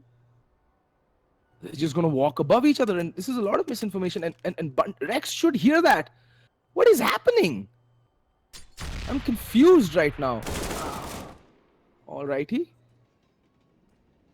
Bunty, still unchecked, still unaccounted for. It doesn't look like anyone's conveyed the fact that Bunty is running free all the way in T-spawn. Finally, Shinchan does hear this. And finally, Bunty does go down, but not before he's done a ton of damage. And Bunty is going to push his way through smoke, and Imba's going to find him. And down goes Shinchan. The first half, the final round finally going to Elements, and they put 3 on the board on their CT side on Train, which is kind of bad. But on the flip side, I want to see what 2EZ's CT side looks like, because let's be very honest here. The CT side, a much harder side to play on Counter-Strike. And, well, what do I say? It needs a lot more coordination.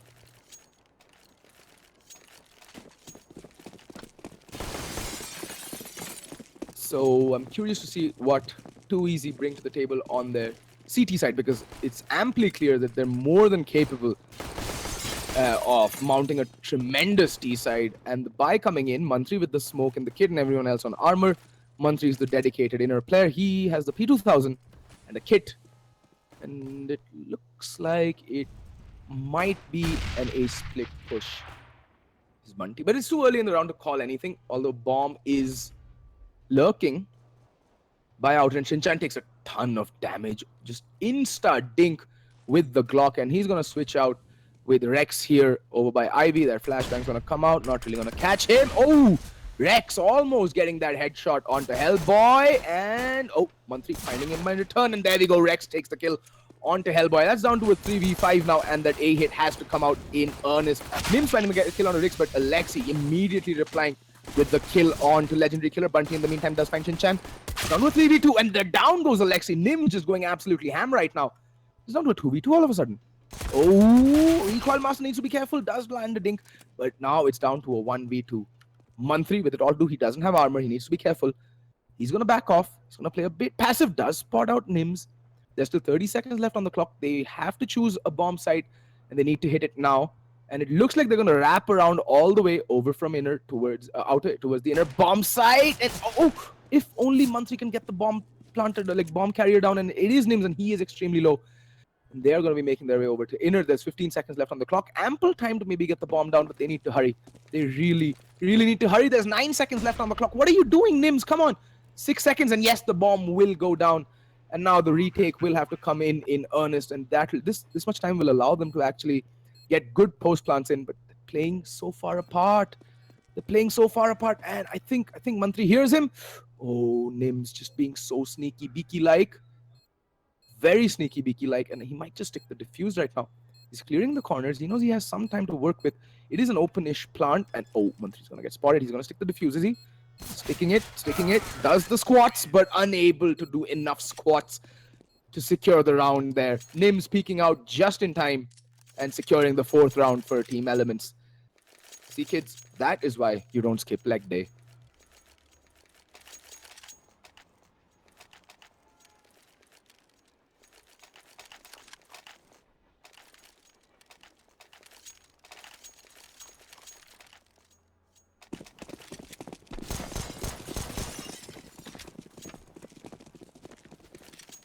Oh, what a first round. What a topsy-turvy first round. And, yep.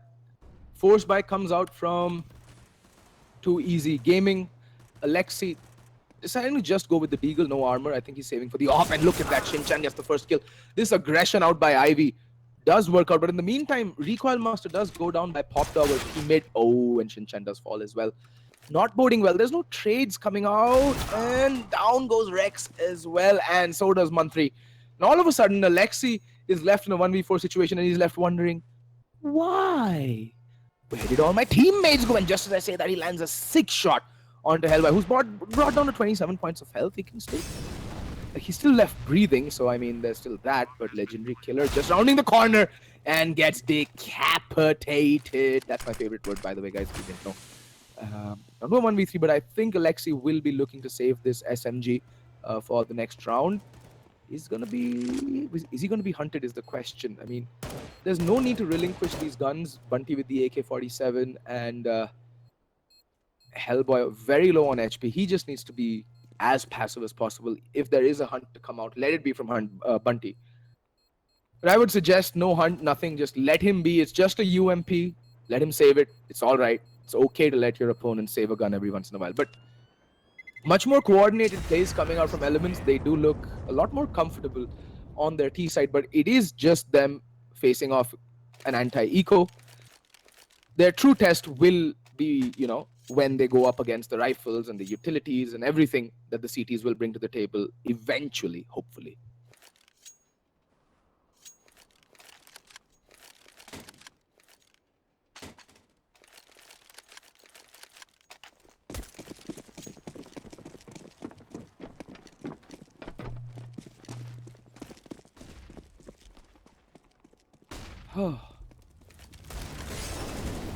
Nims with the opening kick, but there we go. That saved SMG, really coming back to haunt them.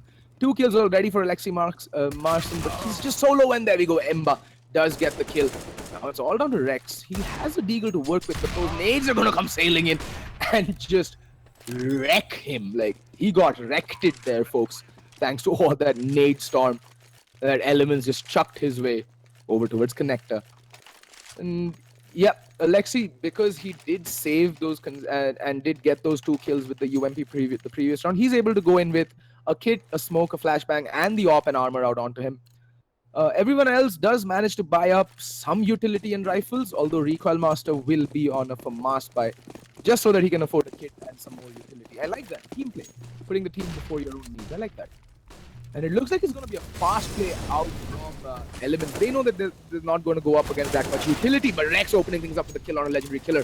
And here's Hellboy completely blinded, but look at that Bunty in the meantime coming in. Bunty and Nems chatting with 2 quick kills, but they get traded. It's a 3v3. And Bunty not looking in the pink of health. Oh, okay then. Just be careful. There's 2 players in by Pop Dog and 1 player in team mid. They can make their way towards inner. There's just Alexi marking inner all by his lonesome. From Connector, that too. Playing a very retake-ish style of play right now. Elements, Shinchan over by Heaven. I don't think they'll be expecting him here, but needs to be careful though. One of the more common spots that is checked on train while T's stream out of team mid. And they slow things down. Good. Initial volley of trades come in. Both teams down to a 3v3. All right then. Regroup up as the T's and hit 1 bomb site together where you'll be able to overwhelm the 1 defender or the 2 defenders that's going to be there. And usually the inner will always have 1 defender. And right now that's exactly the case. And that's not even the AWP over by the inner bomb site. And it looks like it is going to be an inner play coming in from Team Elements. They do have a couple of smokes left. And they should be putting them to good use right now.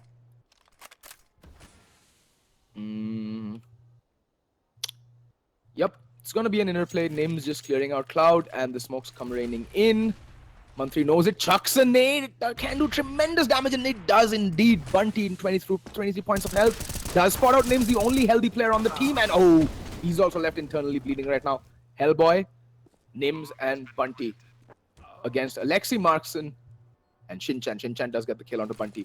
It's down to a 2v3, and there is no Molotov left on them, so and both the players have kits. Look at this. This can be... Oh, and Shinchan does spot out 1 player. That's Hellboy. Hellboy goes down. And Nims is just so low. And down he goes as well. And there's enough time to stick the defuse. There we go. The defuse will come in. 13 rounds on the board for 2 easy gaming. And they take the first gun round. Although they do also take a ton of damage in return. Wait, what? Alexi? There we go. Yeah. Retrieves the AK for his teammate. But they do lose 3 rifles. That means that at least 1 player on the team is going to be going in with an ump. Never the best possible scenario. Well, Shinchan is in a position to drop that AK-47, can pick up an M4 himself. Oh, they decide to go with the double op setup this time. Recoil Master and Alexei Markson both wielding the big green guns, the cannons. Now, bear in mind, Train is one of those maps that really rewards a good double op setup. So I'm curious to see how these 2 cannons set up. Recoil Master holding team mid and Alexi, same. Okay. They're both watching different angles by teammate, and it seems like Mantri is going to be the first person to see some action. He does spot out, he does hear out a couple of shots being rattled off by Hellboy and Nims over by upper. Needs to be careful. Might just get double peeked and taken down here. There's no need to be playing this aggressive. You do have a Molotov. You can fall back safely still. Anyway, who am I to question? Oh, the spot out Hellboy and takes a ton of damage. See, that's what I'm saying. Such a difficult angle to peek, and oh. In the meantime, Recoil Master and, well, Alexi Markson, they're just going to work. It's down to a 3v2. Excuse me. And Recoil has rotated over and trained his side over to the inner bomb site. I mean, and Mantri's gonna get blinded. Imba does find Shinchan, but Hellboy does fall to Mantri. And now, it all comes down to this. The inner play, the outer play. Ooh, what? What? Yeah, that's exactly what I thought. Imba and Too Easy Gaming, I think Imba blinded himself, and then while playing Black, both these players were just kissing each other. And then they realized what they were doing, and Imba just atones for his sins, as they say.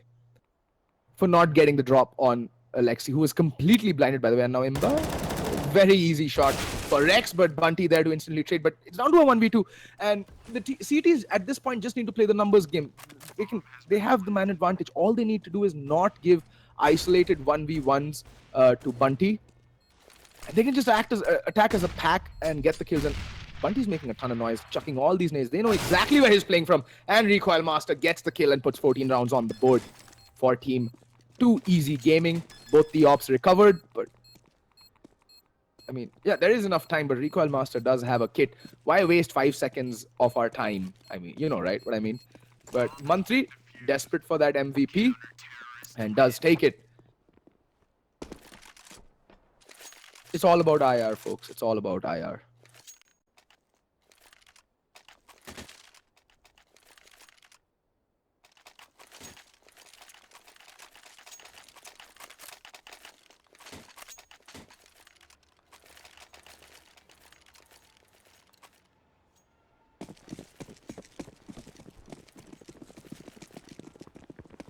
Actually, Adi, So Strong doesn't have forecasters right now. It's Tra is retired, and it's just Sudan and myself at the moment. And as we all know, Sudan has moved on to greener pastures. So it's just me to hold on the fort over by the Indian side. So too bad for all of those folks who think I'm a cringy caster. Well, boo-hoo, deal with it. Anyway, this is gonna be a good mix-up. Alexi with the op, and oh, he just gets instantly decapitated there. And the inner bomb side is ripe for the taking. That's the only defender. I like the idea of having an op play that aggressive, but unfortunately, not paying out there at all. Shinchan in the meantime does equalize things with the kill onto Imba. Down to a 4v4 yet again, and Rex has rotated his way onto the inner bomb site, where it does look like the final hit will be coming. And Shinchan, not stopping there, gets the kill on a legendary killer as well. Wow, someone stop him, dude. But yeah, in the meantime, the inner hit is ready, and Rex needs to be careful. That nade a bit premeditated, does know it's a one-way smoke, Rex, so repositioning himself to get a better angle on the incoming players. Oh, being very careful. Playing it very nicely. Does land a dink onto Bunty. He's down to 23 points of health. Rex making a lot of noise. He's going to wrap around the players. And Nims is there ready. And he does get the drop on him. Down to a 3v3. Now Recoil Master gets spotted out by the player playing Heaven. But Shinchan getting the kill. And oh, almost landing the kill onto Mantri. But all of a sudden it's down all to Recoil Master in a 1v2 situation. Spot out Nims. Tapping away with the USP but unable to land the kill. He's going to stick the defuse though. 3, 2. Oh, I think he got it. He's got it! What is even happening right now? Recoil Master with ice in his veins, just sticking the defuse and putting 15 rounds on the board for Too Easy Gaming. But in doing so, well, the money on Too Easy Gaming is almost completely gone, but the money on Elements not looking that good either. But what a ballsy play coming out from Too Easy Gaming. Recoil Master. My God. My God. That was a courageous play indeed.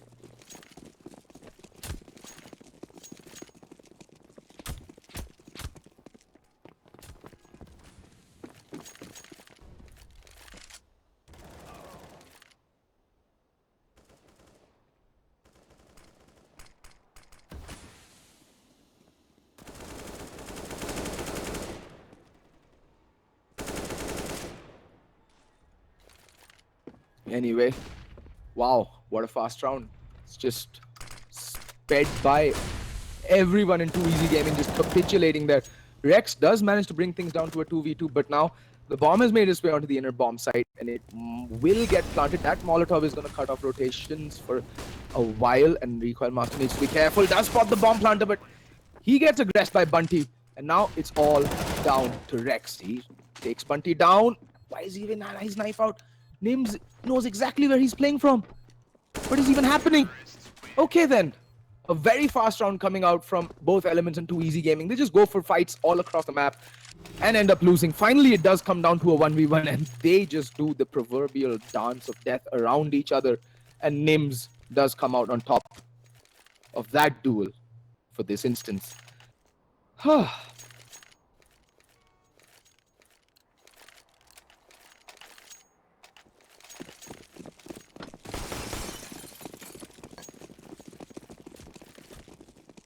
Anywho, finally, Elements managing to break through the 2Easy economy and put them on an armor pistol buy. But look at this, they're going to run into a meat grinder. Bunty, the first one to fall to Mantri. Ooh, that kind of rhymes. And that initial burst of aggression is going to get completely neutered. And Mantri even managing to recover the AK-47 and will be passing it on to the player playing aggro. I like this play from 2Easy Gaming. And frankly speaking, I've been quite impressed with the way Elements has been handling this constant man disadvantage that they're being put in. They're not a very knee-jerk reaction team, as they say. They take things slowly. Rex though. Even before I complete that sentence, Rex is like, wait, what were you saying? Hold that thought. Juan Dig. And I think he's feeling it. He's ready for more. In the meantime, there is gonna be a lot of aggression over by Inner or Pop Dog, and 1 and a 2. No 3 and 4, but yeah, all down to Imba. What can he do? He's made noise. Switches over for the Vulcan, always the wise decision. I mean, actually, he's going for it because he thought there's more bullets in the chamber because his teammate just got popped in the face with a 1-dig. Shinchan does spot him out, but unable to finish the kill. And Imba just barely managing to make his way out of it. Spots out Recoil Master, but they know exactly where he is. They've triangulated his position. And there we go. Recoil Master pops out, gets the kill onto Imba, and that's GG. Well played, folks. 2Easy Gaming win this game of Counter-Strike, and Elements, I think they'll be bidding fare thee well to the Masters division. And 2Easy Gaming will be facing off against Brutality in the upcoming match, which will take place shortly after a game of Dota, which I think will be up next. So don't go anywhere, folks. Stay tuned, and please await more of my cringy casting in the next game, which will feature Team Brutality and 2Easy Gaming. I hope you all have had fun, guys. I surely did. So stick around, and I'll see you in a little while. Goodbye, folks.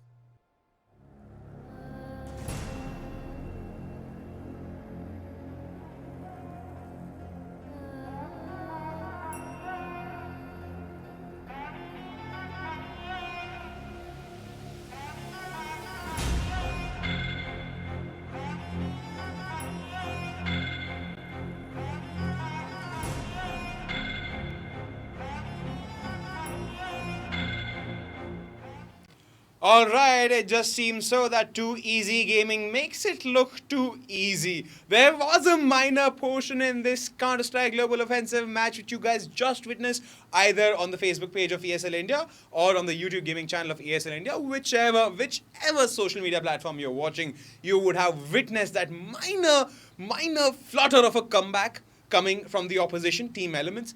But it just so turns out 2Easy did GGWP till the end. Well played, boys, well played. You have successfully relegated your opposition Elements into the Challenger League. And you've moved on to the next playoff, which is going to happen after the upcoming game of Dota 2 between the winner of the previous Dota 2 playoff, that is Team Buriza, and now Kurokono Doto, the 7th place Masters League holder, is going to face them off in contention for this particular position in the Masters League table. Will Team Buriza fail to achieve that place, or will they reign supreme? That is for us to find out as and when the game happens, because right now it's 5v5 MOBA Dota 2 time between Team Buriza, who have successfully relegated their opposition XRG already into the Challenger League. Now they're having a go at Kurokono Doto. Will they be successful? We'll find out soon with this Dota 2 match.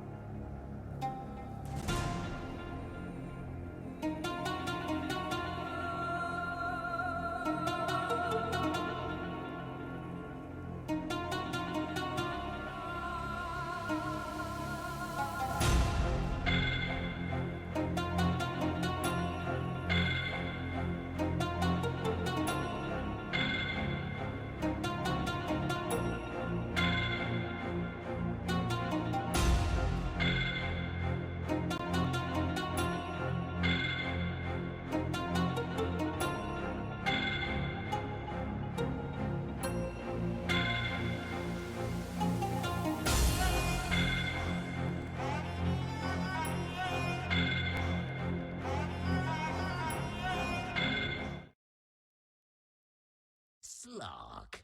Timber saw. Life Stealer.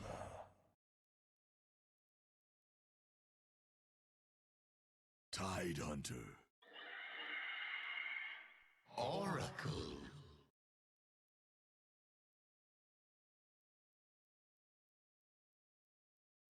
Timber Spirit. Protector.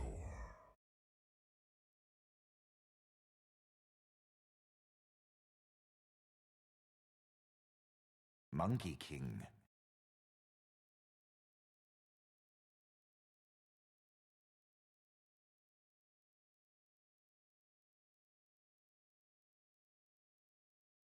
Templar Assassin.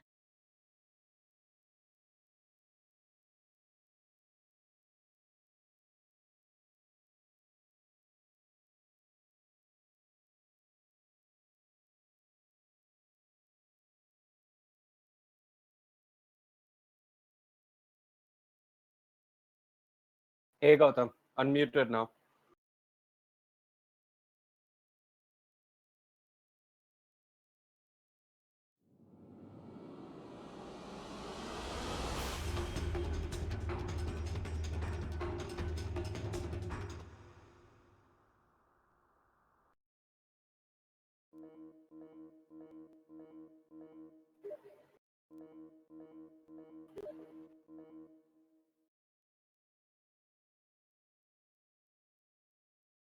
All pick.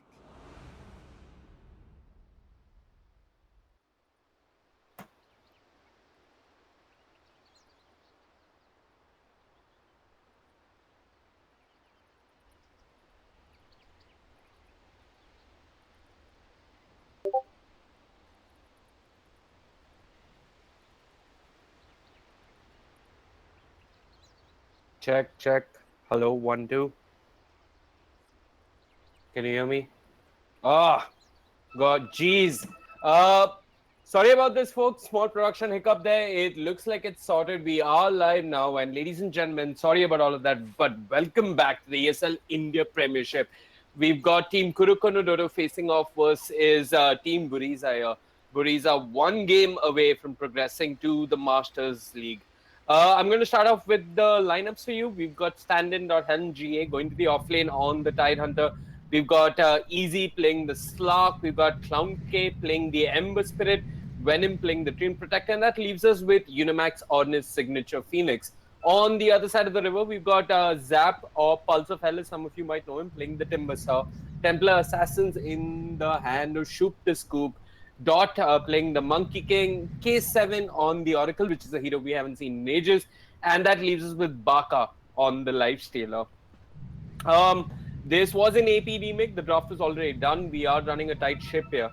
And although it's a tight ship, it's an even harder game for both players because, well, Team Kurokono Doto, if I'm not mistaken, they're 1 game away from relegation. And Team Buriza, they win this, they move forward, they move into the Masters League. Quick look at the drafts, the mid matchup, Ember versus TA. Ember should be able to do better here because this Flame Guard does burn through refraction. They've got Timbers on the offlane. And you got a Phoenix and a Treant. So you got some magical damage over time with the Sunray, of course. So you can bring down the Timber Saw. This might also be one of those matchups where Slark puts a point into Essence Shift just to deal with the Timber Saw. And you got a Dream Protector as well who'll be roaming across the map. And it looks like Kurokono Doto, they have some roaming potential as well with the Monkey King. Looks like we're good to go. And we should be underway shortly.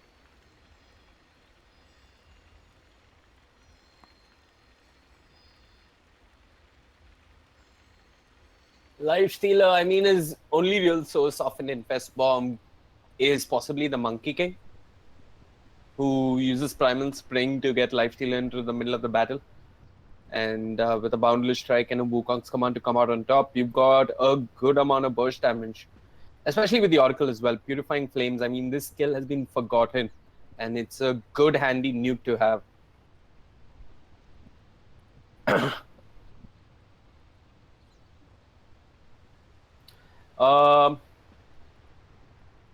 Oracle's talents are rather underwhelming, though. I mean, he's got 20% EXP gain or minus 20-second respawn time.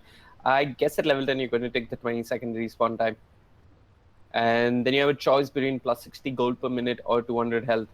And unfortunately, the real talent that you're looking for is a cast range talent, but that only kicks in at level 25, the plus 250 cast range. Looks like we're underway. We're seeing early smoke coming out from Kurokono Doto. Meanwhile, it looks like Buriza are just mirroring the movements here. Venom TPs into the mid lane, is looking for that aggressive observer, will get it. And doesn't look over the rune, but does look at the lane, doesn't look at the shrine either. Venom with the smoke and Nature's Guys is looking to move into the enemy jungle. While Radiant offlane, we've got this observer ward coming out from the Monkey King. I guess this is also one of those games where on the Monkey King, you just put a point into Jingu Mastery early on so that you can push Tide out of the lane. Not let him trade hits.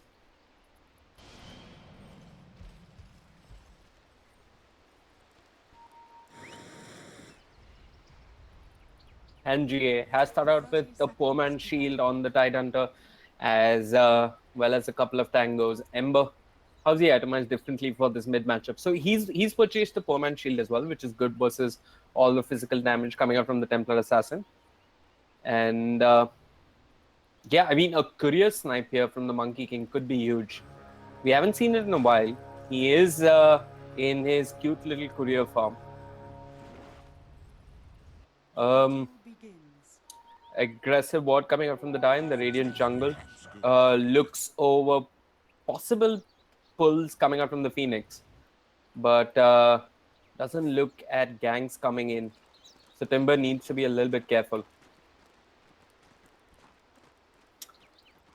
No ward coming out just yet from the Dire to look at the mid lane.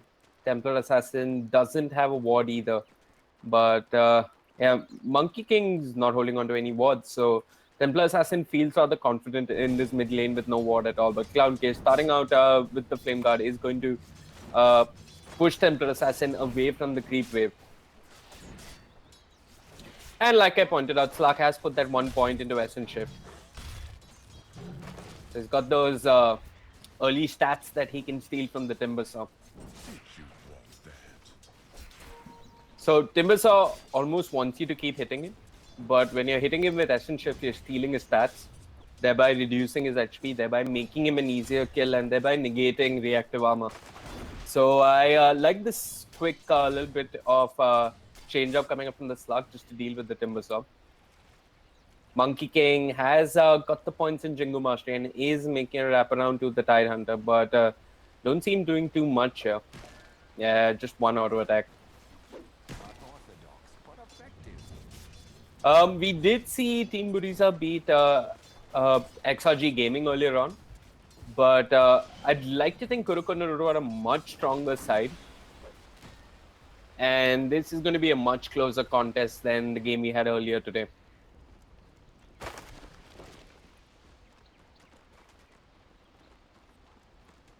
So, Pulse of Hell is playing offlane.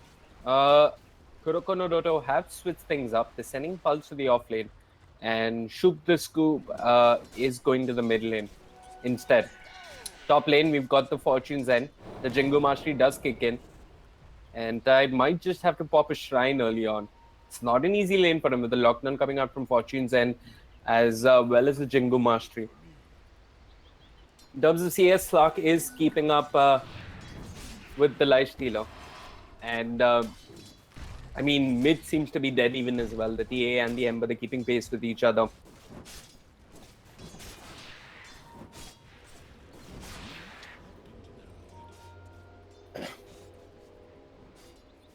Monkey King standing in the mid lane, cosplaying as a tree.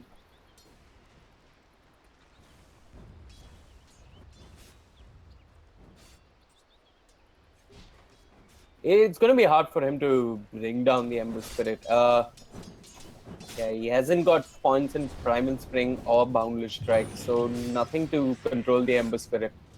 And that could honestly be a problem here for Kurokono Doto. Mid lane, it looks like Clown K dived in deep and got the kill that he was looking for. And bottom lane, the diving deep on Zap as well. The pounce is there, and it's Venom who scores the kill. So Team Buriza off to a good start, scoring kills across the map. But look at this, MGA, he's being chased. He might just end up going down here. K7 with the Purifying Flames will get the kill. And Team Kurokono Doto, they find something in return. Explosive early game. And well, with the lead seed and the bash coming in from Nature's guys, they're going for round 2 on the Timber Saw. Zap just 1 point in Timber Chain. Timber Chain's to the side. He could buy a TP and try to TP out of there, but they're not even letting him go to the shop. They will get the kill. Oracle TPs to the bottom lane as well, but he's not going to be able to do too much. So the difference is Timbersaw as a hero needs farm to have effectiveness, while Tidehunter, of course, you'd like farm on him, you'd like the mech, you'd like the Greaves and whatnot, but even a Ravager at level 6 is more than enough. So purely in that sense, I see Buriza coming out on top in the mid game. What's also worrisome is that they don't have the greatest of lockdown for Clown K, but Fortune's End on the Oracle does purge off the Flame Guard. So that's a nice little pickup coming out from Kurokono Doto. Can use the Fortune's End to remove the Flame Guard. Meanwhile, Unimax comes into the mid lane, pops the Sunray, the Templar Assassin under trouble. You did have the Fortune's End coming out, and here comes Dot. 1 stack of Jingu Mastery. That seems to be enough for the time being. He changes target, and with the Orb of Venom, will get the kill on Unimax there. Good rotations coming out from both supports. So yeah, this Oracle pickup, it's already working off for them. Remove the Flame Guard of the Ember, not allowing him to do too much damage. And they got a nice little kill. Dot did TP to his offlane shrine, but they didn't have an observer overlooking the shrine, so they should be aware of this. Dot, he's on the trees, he's pouncing off it, moves on to Venom, the Sunray is there, the heal kicks in, as well as the damage on the Monkey King. He's stuck between a tree and a fish and will end up going down. Not sure what Dot was thinking there. I mean, he's looking to make plays, but it is a terribly underleveled Timbersaw, and there's not much he can do, honestly. Quick look at net worth. The Ember pulling ahead of the Templar Assassin by a good 700 gold. Slark and the Lifestealer are keeping pace, though. But the offlane, it seems like MG on the Tidehunter is pulling ahead.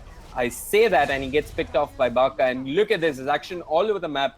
Clown K once again diving the mid tower and bringing down the Templar Assassin. So that's 2 kills on the Templar Assassin and 2 kills on the Timbersaw. So both cores on the side of Kurokono Doto not having the start that they were looking for.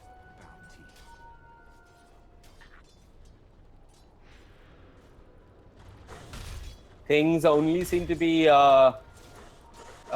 getting worse for Kurokono Doto, because if this Ember gets stronger and stronger, they do not have any lockdown to deal with him. Maybe Lifestealer gets an Abyssal. I'm going to hold on to that. Ember was looking to contest the rune, but yeah, we'll just give it up to the TA. So yeah, where's the lockdown for the Ember Spirit? You got Boundless Strike, you got Fortune's End, which can be dodged with Sleight of Fist as well. And yeah, I guess the Lifestealer needs to pick up something like an Abyssal. Zap, once again, Easy is making quick work of it with the SN shift, and there's a Boundless Strike coming out from Dot, but Unimax is fine. So that's another kill on Zap and his Timbersaw. There's nothing worse than an unfarmed Timbersaw who's also lagging behind in terms of levels. He's just got a Quelling Blade, a couple of branches, and a Shroud Shield. And a Brown Boots as well.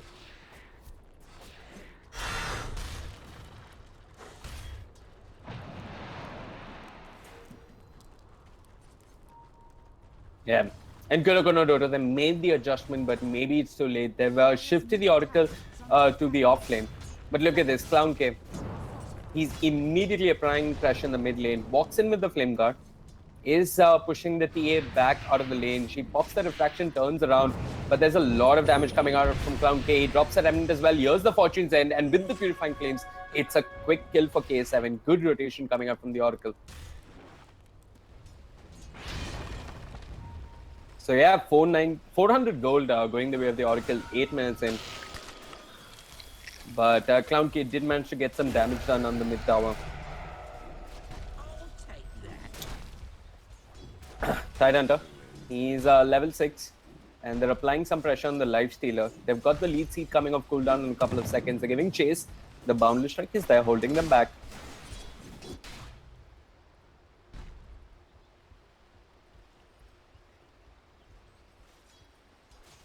So, Tidehunter is level 6 while the Timbersaw is level 5. The Ember Spirit is 8 while the TA is 7. So, they are getting levels. They are trying to catch up.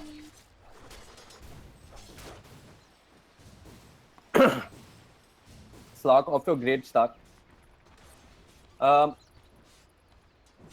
This could be one of those games where he considers a hand of Midas in case his early to mid game doesn't go so well. Meanwhile, mid lane, the Boundless Strike just whiffs on Clown K. Unimax swoops in with the Fire Spirit. It connects on all three. The Sunray is there. Clown K jumps in. We've got the Fate's Edict, so it's blocking a lot of magic damage. But Venom, he not a care in the world, goes in with the lead seed and just backs out of there. Venom, he's dropping low, doesn't have too much mana. And this game, already off to an explosive start here. Clown K could also shrine up if he wants to.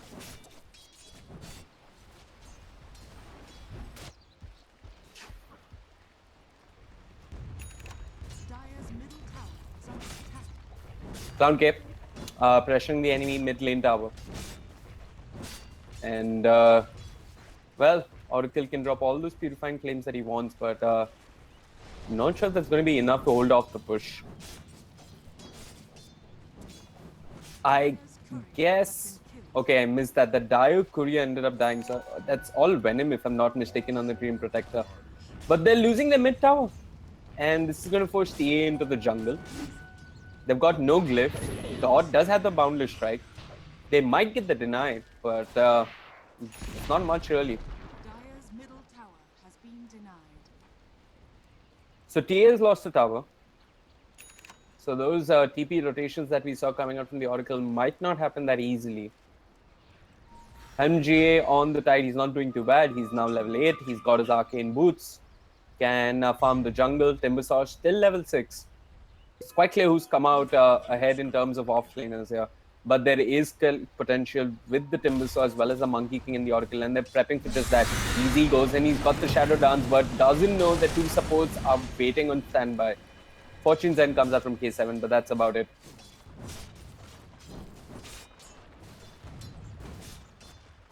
Top lane, Helm GA, open wounds onto him. He's just going to TP out of there. And there's nothing Barker can do.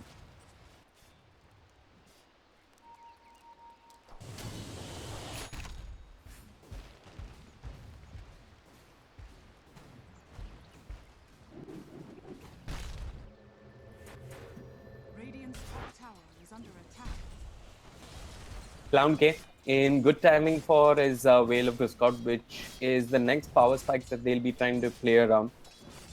Life Stealer, he's got the armlet complete, but once again, no one other than the Monkey King who can take him into battle really.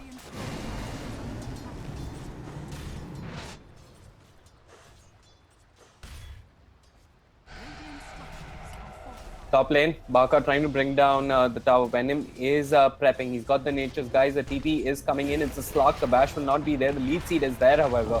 Slock bounces in. Lifestealer infests into the Siege Creep. And he does end up going down, however. It's both Venom and Easy who score the kill. The O-Growth was whiffed though, but it doesn't really matter. Meanwhile, Unimax dropping low with the Boundless Strike. Dot will score a quick kill on him. Zap is on the hunt, but there's nobody there really, and it looks like this is going to be a trade. The Dire loses the safe lane tower while the Radiant might lose theirs. Unless Kurokono Doto decide to defend, but then they're defending into a Ravage, which might not be the best decision. TPs are coming in. It's Zap on the Timbersaw. He's not got too much mana. Clown K, he does have his remnants to work with. They're moving on to Henry on the tide. The Fortune's End is there. With the open wounds, they might be able to bring it down. The Sunray healing him up. Unimax trying to do his best. Tide holding on to the Ravage, turns around, drops it. Where's the follow-up? Here comes Unimax. He drops the egg. Who's focusing the egg now? Venom walking in, the egg might just go down. He comes in with the lead seed. The Boundless Strike is there. A false promise, if I'm not mistaken, keeping the Oracle alive, who turns around with the Fortune's End and scores a quick kill with the Purifying Flames. It looks like we will end up going down. Baka comes into battle. There's not much he can do. That was a Ravage expended, and they lost the Tide as well as the Phoenix and the Treant Protector, but they got the TA and the Oracle. False Promise only delaying the inevitable there, but all of this pays for the Slug to farm, who, well, 14 minutes into the game, almost has a Shadow Blade to go with his Treads and Aquila. So he's off to a great start. Dire's bottom tower is under attack. But they should know, no Ravage is when you want to be taking fights here with the Radiant. But can Kurokono Doto really fight is the question. Shoot the scoop on the TA, no items inside. Lifestealer does have the armlet, but once again, there's no infest bomb potential. A Slug does end up going down. Zap with the quick pick off there.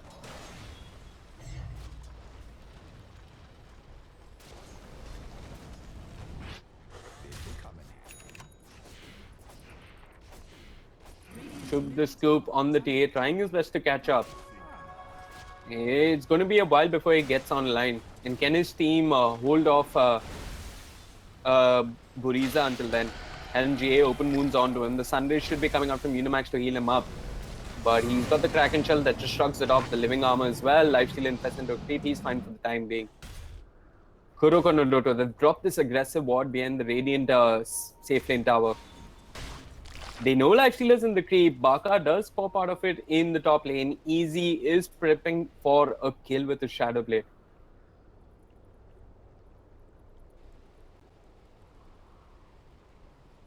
It's a really unfortunate time to pause the game. And it's a rather unfortunate position to be in if you're a Lifestealer. They don't have the Ravage. They have Unimax on the Phoenix nearby. Venom is there on the Treant Protector as well. Clown K has got the Veil complete on the Ember Spirit. So could burst down the Oracle.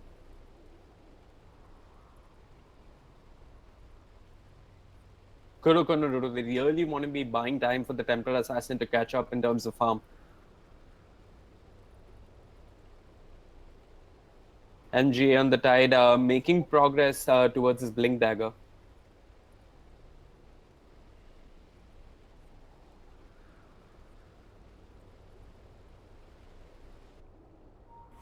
Okay, everybody's there. Well, Easy says G. And it looks like it's go time on the Lifesteal in the top lane. He's got his rage, will pop it, will shrug off the pounds. They're giving chase. But I don't think Easy can dive any further. Kurokono Doto, it looks like they're trying to make a trade happen. And this could be good for them. So with the laning phase, it's over. Oh, hold on. Unimax has TP'd in. The Wukong's command has been used. He'll drop the egg. Can Zap bring down the egg though is the question. He's trying his best. And here comes the Ember Spirit. They will end up getting the egg. There is a false promise on the Timbersaws, trying to stay alive through this all. But I think Clown K has done more than enough. The Purifying Flames will not be enough to keep Timbersaw alive. And he's giving chase. The Fortune's End will shrug off the Flame Guard. K7, he's got a TP. Might want a TP after the Searing Chains. He's holding on to it. And so is Clown K. They know that the Oracle is in the vicinity. Venom runs the wrong direction. The Dash was used by K7. He starts off with the Fortunes and the lead seed is there. Drops the Fate's Edict on himself to dodge a lot of magical damage. And it looks like Venom might end up going down with a quick Purifying Flames coming out from the Oracle. A train for a Timbersaw and a tower defended with no Ravage being committed. I think that's a trade Buriza will take. And more importantly, they did get the Dire safe lane tower. So the laning phase is over for the Lifestealer. And he's got an armlet and will have his Desolator in a bit. Templar Assassin has pretty much been AFK in the jungle. Kurokono Doto trying to pressure this tower. Has Helmg on the Tide under God a Teleport Scroll. He does have one. He's going to TP in. And maybe Kurokono Doto just scram. The Sunray is there. Zap does Timber Chain to the wrong side of the trees. Will end up getting blown up by Clown K. Clown K, he's got a haste room. He's giving chase. He's got chains coming off cooldown in a bit. Moves on to K7. He drops the Fate's Edict, but he can't dodge the physical damage from the Slug. And he's going to have to back out for now. Once again, Kurokono Doto trying to pressure this tower. And they only end up losing more than they get here. If anything, they're creating space for the Templar Assassin, but is the Templar Assassin going to be able to bring his team back? He's got the desolated 17 minutes in. Is it enough though is the question. Bottom tower has fallen. They do lose their offlane tower. MJ does have his mech complete 17 minutes in. So once again, he's got a skill that brings a lot more utility than the Timbersaw. And he's got Farm that brings utility as well. This offlane pickup already working wonders for Team Buriza here.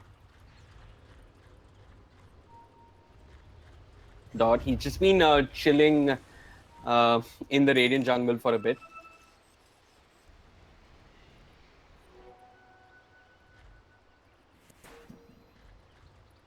Clown K has got the beauties complete on the Ember Spirit. He's got a little bit of global presence. Venom walks into the Dire scan on the Dream Protector, drops a ward. The Dire, they popped a smoke of their own. They're on the other side of the map. They want to fight with this Desolator, but is it really enough? You've got both the Flame Guard as well as the Sunray that burns quickly through the refraction charges, along with the Fire Spirits, and that attack speed slow is absolutely awful on goes like the Templar Assassin and the Lifestealer. Unimax on the Phoenix this time going for the urn. A little more realistic than the Veil of Discord which he usually builds into, which is if he has a great start in the early game. Venom prepping for a push in the top lane. We've got Dot TPing in on the Monkey King, jumps onto a treetop.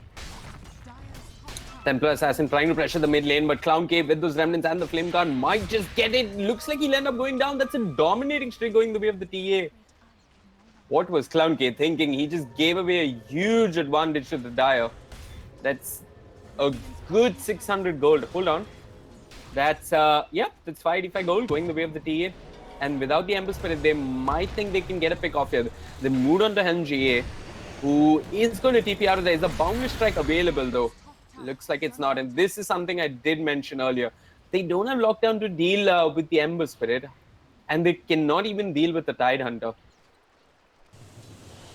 This is one of those games on the Lifestealer. You need to get your Abyssal going as soon as possible. Otherwise, the enemy is just going to TP out of your face. And now Slark has the Silver Edge complete. So it takes off the reactive armor from the Timbersaw. Also takes away the Lifesteal, if I'm not mistaken, from the Lifestealer. They could attempt to defend that top tower. Tide has the mech as well as the Ravage. But the tower is dropping fast. Here comes the TP. It's the Dream Protector. They are trying to slow down, shoot the scoop. The Overgrowth committed for the TA. A Boundless Strike comes in, but are they really going to commit to keep the Templar Assassin alive? The egg's being dropped by Unimax. The TA is dropping low, but Baka does manage to bring down the egg. There's a false promise on the TA elsewhere. Baka on the Lifestealer trying to bring down Venom on the Dream Protector. Nature's Guy kicks in at the last moment and he will end up staying alive. Dream Protector's dead.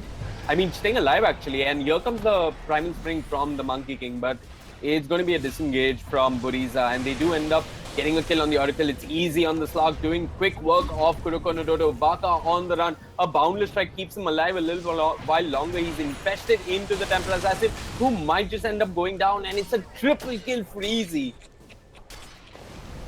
Kurokono Doto. It looked like they almost disengaged from that fight, but once again, they were out of position and they were punished. Zap, he's trying to make a trade happen here. He's trying to build into the hood as well. But is it going to be enough this late into the game? Clown K now has that blink to work with.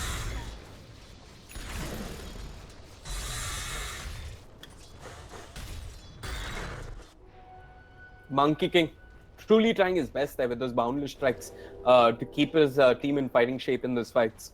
He's also got the Solar Crush, which is good versus the Slark. Evasion really handy.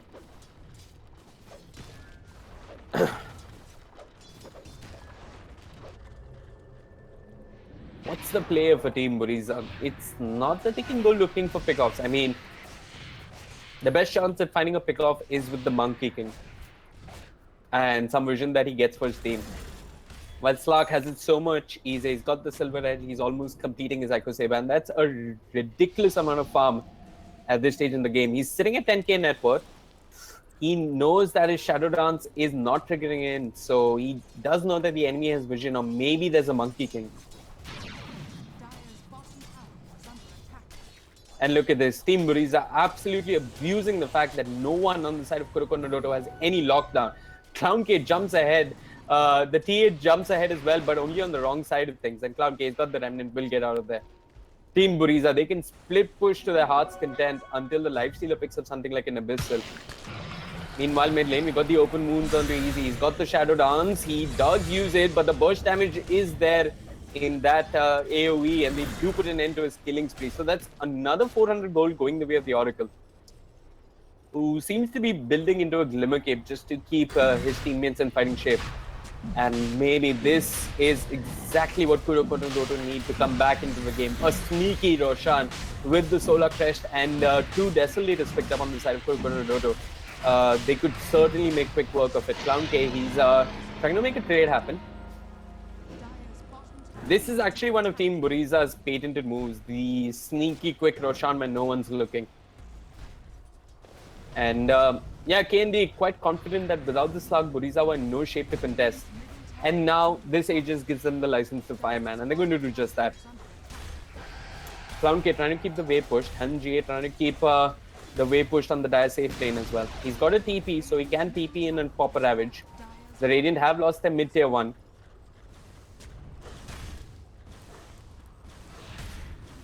Easy, he's all by himself. Dark Pact will shrug off the Boundless Strike. Here comes the Glyph. Sunray doing some work on the Timber, so he's just going to Timber Chain in off, and he's back into the fight. He's got the Solar Crest as well. Here comes Clown Cave with a quick chains and Sleight of Fist, which the Fortune's End will shrug off. Now Zap is being that frontliner, but here comes Easy. Trying to make quick work of the Timber Saw, but the Ravage is huge with the egg on top. It looks like Kurokono Doto are just burning to the ground. Unimax has found the kill on the Oracle. They've lost the Monkey King as well, and Easy will bring down the Lifestealer with the Sunray. They'll burn down Zap as well. The Age just sticked out on the Temporal Assassin, who found a quick pick off on the Phoenix, and is trying to make a run for it. Tried to blink out of there, but they've got enough lockdown, and it's a quick double kill for Easy.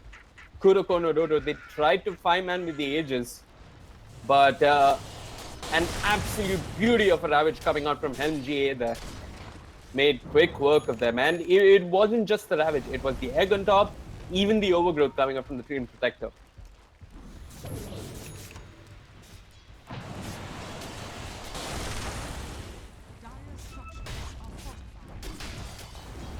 What a way to reveal your Blink Dagger. 5-man Ravage.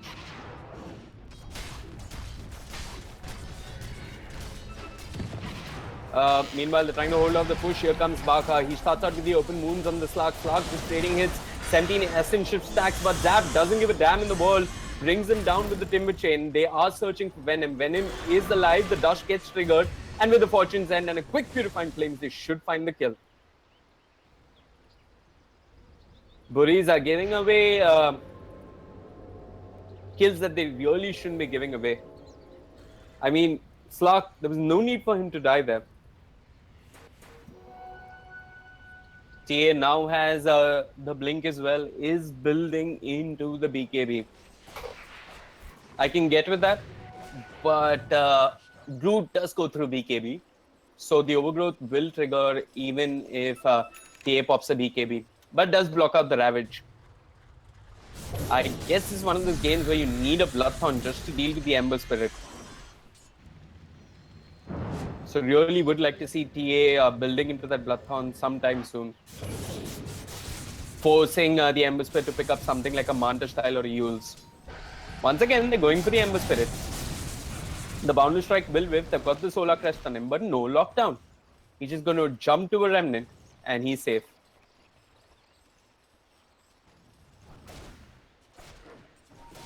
Buriza really exploiting the weakness in Kurokono Doto's draft here. They have nothing to lock down the Ember Spirit other than a Boundless Strike, which is a 1.6 second stun. Baka is going for a Manta style. That's good versus the Overgrowth, but I guess he needs more lockdown to deal with the Ember Spirit. Okay, they start off with the Boundless Strike, and he's just going to get out of there once again. They can do this over and over again, and now Clown K has TP'd on a shrine. He's grouping up with his team. They're thinking of a smoke player. No smoke just yet. It is flying out to them. In the good ear, they pop the smoke. Clown K now has the maelstrom complete. And Kurokono, they sense that something's wrong here. They're grouping up at their shrine. Clown K, the smoke does pop. He sees Baka, shuts off with the chains. LGA jumps in with the Ravage. No second thoughts and no rage coming out from the Life Stealer. He hugs his shrine. And now they turn their attention to Clown K. He pops the Sleight of Fist but will end up going down along with the Wukong's command. The fall from is keeping Baka alive there. And 4-man smoke coming out from Team Buriza. They end up losing their core, but this is all space for the Slug to rat it out.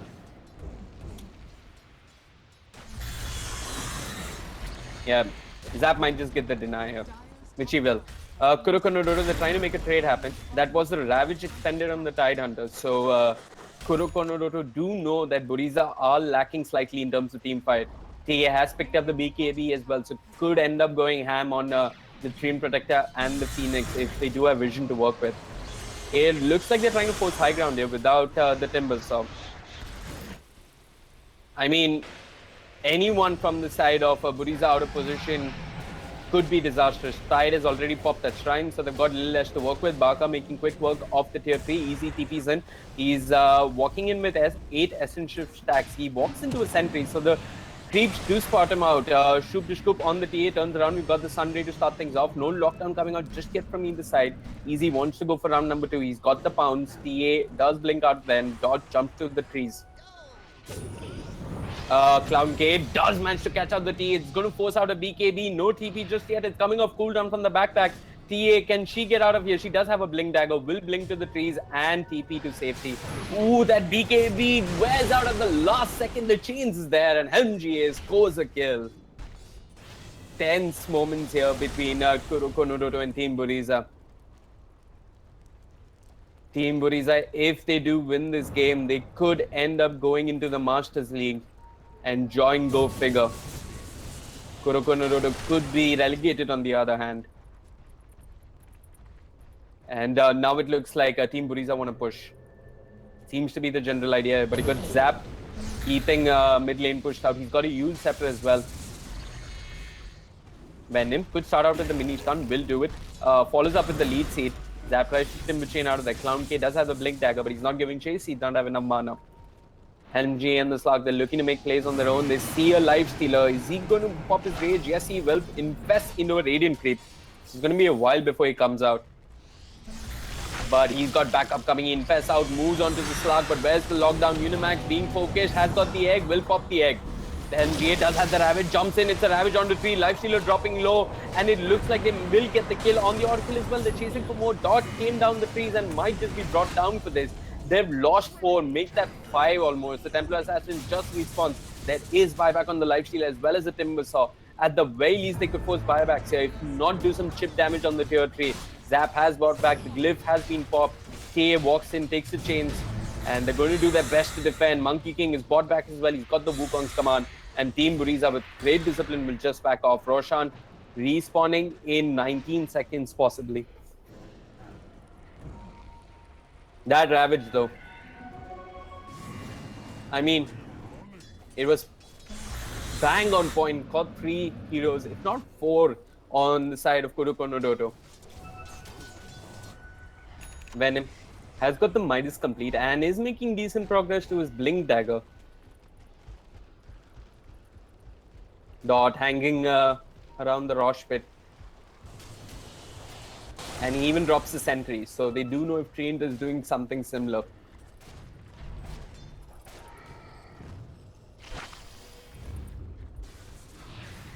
Clown K, getting closer and closer to level 25, is getting the off-stream, but he's been held in place with the Boundless Strike. The meld hit is following him, but he's not going to go down. They try to dodge it with the Sleight of Fist. But this means that Clown K is going to take a while to rejoin his team. Roshan is going to respawn in 50 seconds. The Dire do have slightly better vision with this Cliff Ward here. And the Monkey King, of course. The Radiant have used the scan. This Roshan could decide the fate of the game here. Easy on the Slug, has got the BKB. just deal with the boundless strike as well as the burst damage coming up from the Oracle. Never refuse gold given. And he's queued up the Abyssal Blade as well. Monkey King, I mean, he's been rather impactful. He's got the Solar Crest. It's helped his team siege the mid tower. And also helped TA and Lifestealer to do a quick rush on. Speaking of TA, she's building into an Orchid followed up by a Bloodthorn, I presume. Will help deal with the Ember Spirit, who might have to change track here and go back to something like a Yule Scepter just to shrug off the silence coming out from the Orchid. Lifestealer, how's he looking? He's got the Manta spell complete, so he can shrug off the Overgrowth. And even the Chains, if I'm not mistaken, coming out from the Ember Spirit. KND looks like they want to pop a smoke and move into the Rosh pit. Rosh is up. They've got a side trap scouting this out. They've lost vision because the Radiant have deboarded this cliff ward that came out from Kurokono Doto.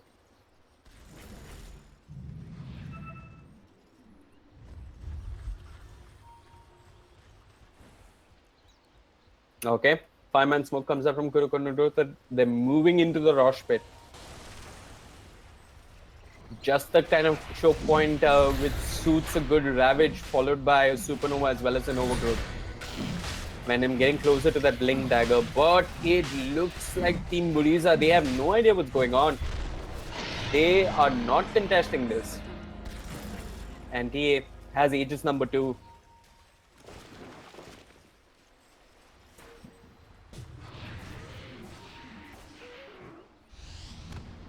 Yeah, we're trying to lock down the Ember Spirit there, but they just couldn't. So Clown K, he's got enough gold for the Octarine. And it's going to be handy. Spell Lifesteal with Flame Guard as well. He's got 5.4k gold in his bank account. And Easy and NGA do take another lane of racks as well. Kurokono Doto on the verge of being relegated here.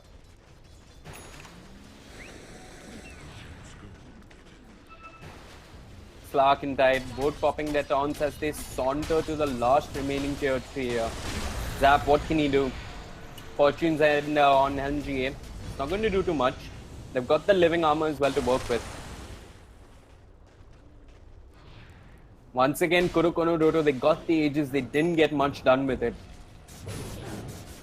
And I guess a significant factor in that last team fight was the Shiva's Guard on the Phoenix. Okay, top lane, Baka moves in, open moves on the Ember Spirit, Easy just standing. You got a Ravage, it clips onto 2, they're moving on to Zap. The Timbersaw could just end up going down very quickly. Max swoops in with the Shiva's Guard and the Egg. Look at him go. He's burning down the Oracle. The Oracle will fall. He just gets the hell out of there. And Monkey King will end up going down as well. It's a dominating streak on Unimax's Phoenix. And Team Buriza taking down the last lane of racks. And the last bit of hope that Kurokono Doto had left.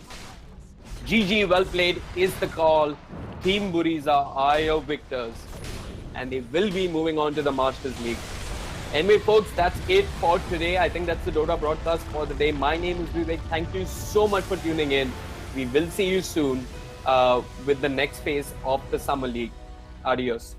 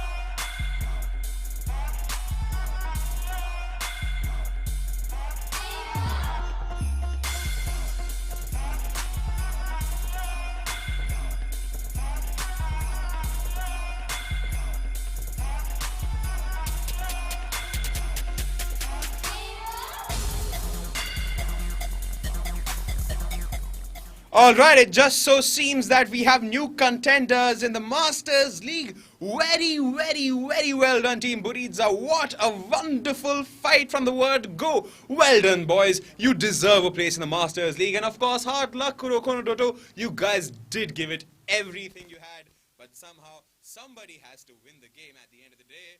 So, apart from that, Kurokono Doto has now been relegated into the Challenger Leagues, whereas now we have Buriza in the Masters League as a new entrance. So now phase 2, when it begins tomorrow, we will have Team Buriza now in the Masters League. Now moving on, people, once again, welcome everybody who's joining us on the Facebook page of ESL India and the YouTube gaming channel of ESL India. We are on with the day 4 of the promotion relegation, the playoffs between the Master League and the Challenger League. Now we've already gotten done with one game of Counter-Strike Global Offensive earlier on between Team Elements and 2 Easy Gaming. Like I said before, they made it look too easy. They're already 1 strike up.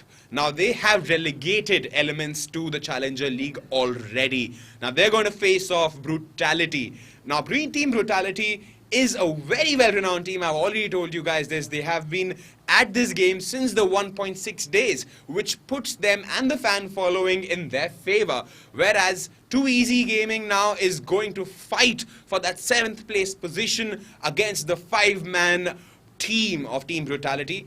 Will they win? Will they succeed? That is for us to find out when this final playoff on the day 4 of the playoffs of the ESL India Premiership 2017, brought to you by Omen by HP, HyperX, and Zawi by BenQ, and organized by Nodwin Gaming. Well, this is it. This is the final game of the Phase 1 summer season of the ESL India Premiership 2017. If this game goes in the favor of 2 Easy Gaming, we know we have a new entrant in the Masters League. If it does not, well, Brutality has 1 life left, literally. Well, we'll proceed into the game without any further waiting time. Our Chief Vet is itching to have a go at this game.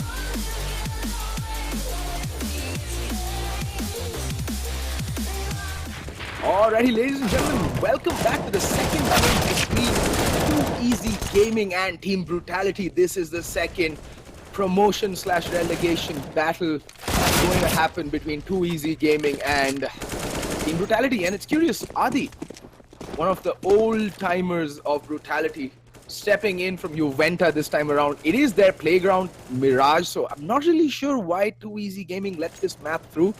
I mean, we've seen Brutality time and again dominate much better opponents. Well, much better on paper.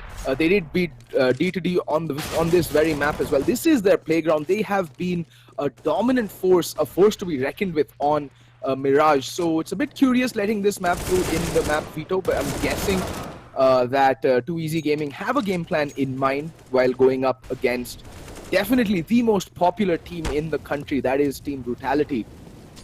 It's gonna be a cracker of a match, folks. Ninth round has ended, and I think Brutality did win it and have opted to go to the CT side. They're gonna be starting on the favored side, and we know that they are a pretty competent CT side on Mirage, at least on Mirage.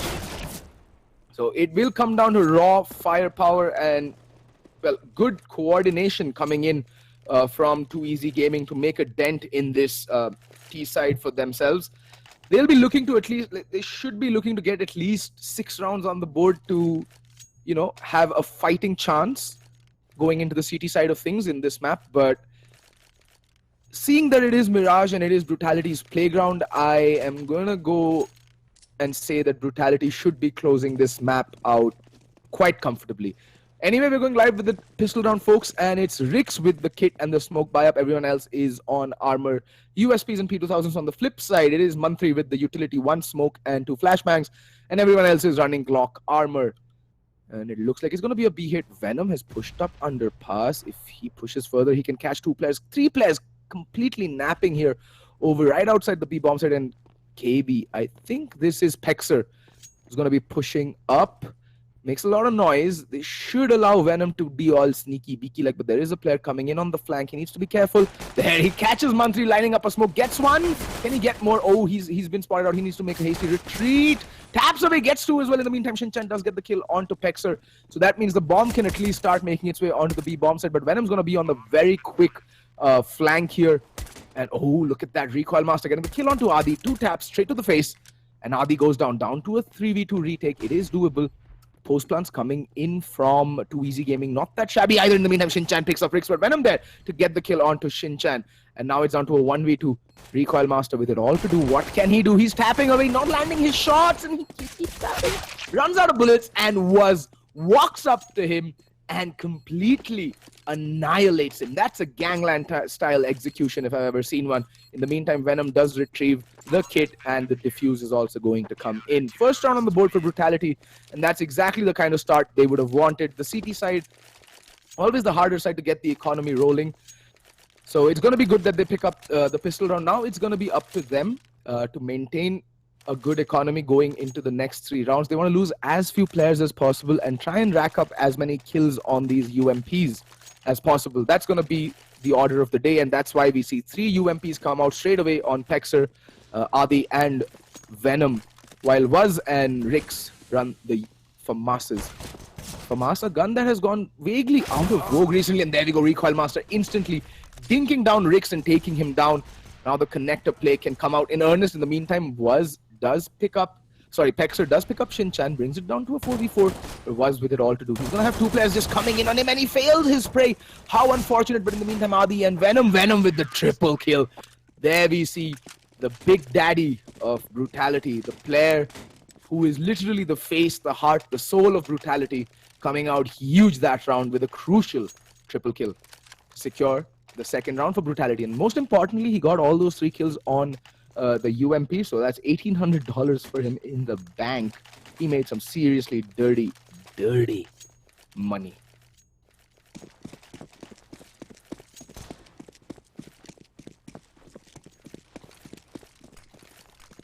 And there we go. Yet more mid-aggression in Rix, completely fluffing that scout shot and instantly taking down to 4 health. And I like this. This Too Easy Gaming seem to be taking a page out of TMG's book right now with this mid-control, and Venom there with those NA nades. Yes, that was a failed Molotov, ladies and gentlemen. He wanted to put that over to Chair, but just misaligning it. It does happen. It happens to the best of us. So nothing yet in terms of action. Rix still taking a lot of damage. Needs to be careful. Does land a shot onto Rix, and Recoil Master also pretty low. Both on 31 points of health. That Molotov going to delay the push. Oh, but Shin-chan just decapitating was there, completely blinded, but knew where he was playing from, and this is so falling apart oh so quickly. Venom going down to Rex, this AK-47 buy is completely catching them off guard, and Adi, that greed for the AK-47, costing him his life there, paying rather little too dearly. Pexer does spot out that flash. I don't think they know he's by connector. Should get the bomb planted down, but oh, completely whiffs it, but does get the kill onto KB, but there's Shin-chan, pops out a CD spawn, and knocks off KB's head, Pexer's head, straight off his shoulders. Now, I think we might be seeing a counter-force buy coming out from Brutality. We will be seeing a couple of rifles out on Pexer and Adi, and I think Wuz will go for an armor UMP buy. I mean, they are up against 5 AK-47s, so... Okay, he does buy the head armor as well. I think they still think there might be a Galil still in play, but sadly, there's none. Rix, in the meantime, is going to challenge mid with the Deagle. What can he do is the question. Hasn't had much luck over mid thus far, and he rattles off an entire clip off the Deagle just to hit nothing but air. He does have Buzz in support with him, and that nade's absolutely going to do bugger all. Both the rifles here by mid. I like this. This is very heavy mid aggression coming out, and oh, Rix does manage to tag up Rex, but unfortunately unable to do any damage. But in the meantime, Mantra and Recoil Master, 2 quick kills, and that complete mid presence is just shattered, and then Pexer is going to catch that nade with his groin, and oh, that's going to hurt. But here we go. Venom does pick up 1 kill at least onto Recoil Master, and Rex is pretty low. Venom does get dinged down to 14 health though. Headshot through the wall, and Mantri is watching this mid aggression, and oh, unfortunately Rix seems to have DC'd from the server, so we will have a pause coming into the next round. Unfortunately, this round will not be replayed because the disconnect happened much after the first frag, as well as the initial damage exchange took place.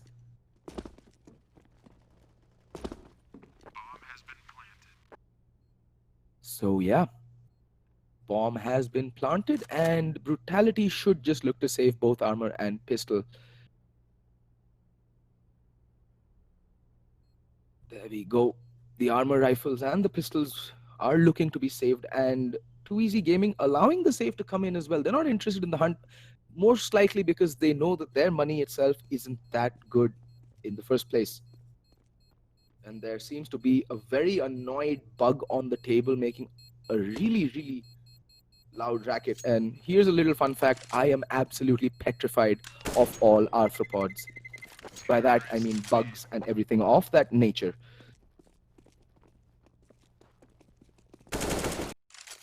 But yeah, it's still early days. 4 rounds in, the scores are 2-2.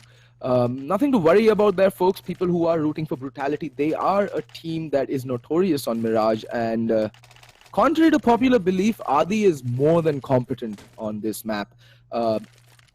If you were lucky enough to catch them during the India gaming show where they completely dismantled Team Wolf, it was on this very map. I think they won that 16-2 or 16-3. They just absolutely decimated Team Wolf. And yeah, I'm looking to see some more aggression coming out from Brutality. That is where they shine. That is their strongest point.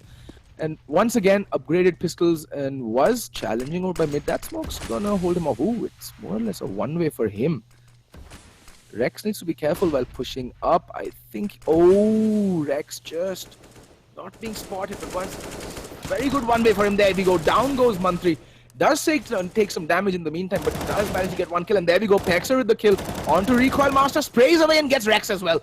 And whoa, Rix getting the kill on to Shinchan. Leaving Alexi all alone in a 1v4 situation. I mean, he is going up against enemies where two of them are without armor, but Rix has recovered an AK-47 for himself, and both Pexer and Venom have rifles as well as armor on them. And he's going into the bomb site where the AK-47 and an M4 awaits him. Rix needs to be careful. Playing with fire here, pops out and does get taken down by Alexi, but that's information gained. And Alexi unable to do any more economic damage. Pexer brought down very low, but able to clean up that round and also getting a 3K in return. But yeah, this game of force buying back and forth will continue until a team manages to string 2 rounds on the board back to back. That's when the save will be called. And for the time being, yep, Rick's out with the big green gun. This is when he is his most dangerous. He doesn't really have a good mid spawn, so I think he'll be playing it a little more passively this time around instead of going for the out and out peak. It doesn't look like anyone. Yeah, he's going to be playing from ladder room. Doesn't look like anyone's going to challenge over by mid right now. It's more or less shaping up to be an A hit. And Adi and Was, it all comes down to them how well they deal with this imminent onslaught. Oh, Adi spots out Shinchan. Shinchan needs to be careful. There's no need to aggress just as of yet. There's plenty of time left on the clock. Seems to have an inkling where Was might be playing from, but in the meantime, Adi has rotated all the way through CT spawn. And he's holding triple and manages to catch Shinchan off guard, but Recoil Master's there for the trade. Was still showing some excellent trigger discipline. Oh, but the barrel of the gun, he just spots it and missing the pre-fire here. Recoil Master does seem to have taken a spot of damage, but there's Was to get the trade and restore the man advantage in their favor. That Molotov's going to come down and delay. I think it's Alexi who's going to be pushing up A-ramp for a few more seconds. In the meantime, Mantri finds Venom, but Rick's there for the trade as well. Oh, Rex just jumped down without checking his corners. But there's Alexi with the trade, but now it's a 1v2. So they just need to be playing for man advantage. They don't need to go in for these 1v1s and give them to Alexi, because he does switch off over to the AK-47. Bomb still not picked up. Still 30 seconds left on the clock. He can just wait it out and decide to go for the B-bomb site. But it's not looking like Brutality are in any mood to rotate just as of yet. Rix does get spotted out. Alexi does get the kill. Now it's down to a 1v1 between Pexer and Alexi. Fake plant. Maybe draw out the player, but there we go. Pexer holds his ground, holds strong, and clutches out the round for Brutality. 4-2 is the score for Team Brutality, and Too Easy Gaming will now have to go for the eco, having lost 2 in a row.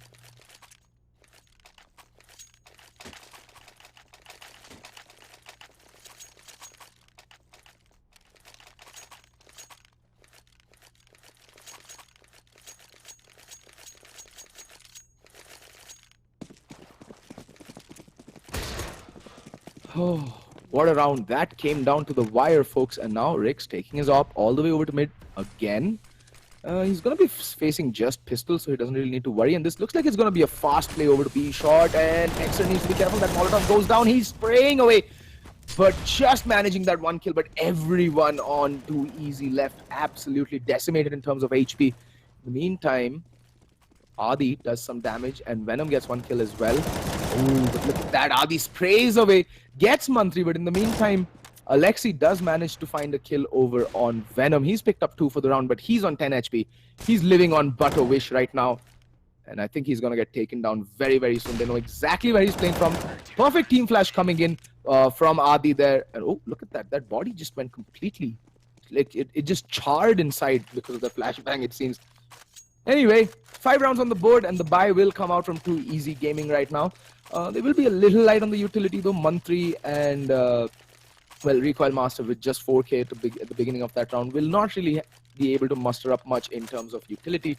But they should be going with the smoke. Yeah, 5 smokes, 1 Molotov, 3 flashbangs, and an HE nade. That's all they have to work with. Let's see what they can bring to the table. So far, I have been impressed by 2EZ Gaming. Let's be honest here. The way they dispatched up with elements was absolutely clinical. There we go. Rix playing an alternate angle over by B. Shot gets 1 kill, but instant trade coming in there. This is not what the doctor ordered. In the meantime, was on the Palace. This is one position that yields extremely high dividends. Adi spraying a few shots away, baiting for Was, and Was does manage to pick up the kill. There's one player in Palace. I don't think he'll be able to manage to do much in this situation because he is smoked off. That nade not even going to tickle Was whatsoever. Look at that. Pexer making his way over to a very, very off angle over by Sniper's Nest. Not an angle that is often checked and is the perfect vantage points for player trying to push connector from underpass.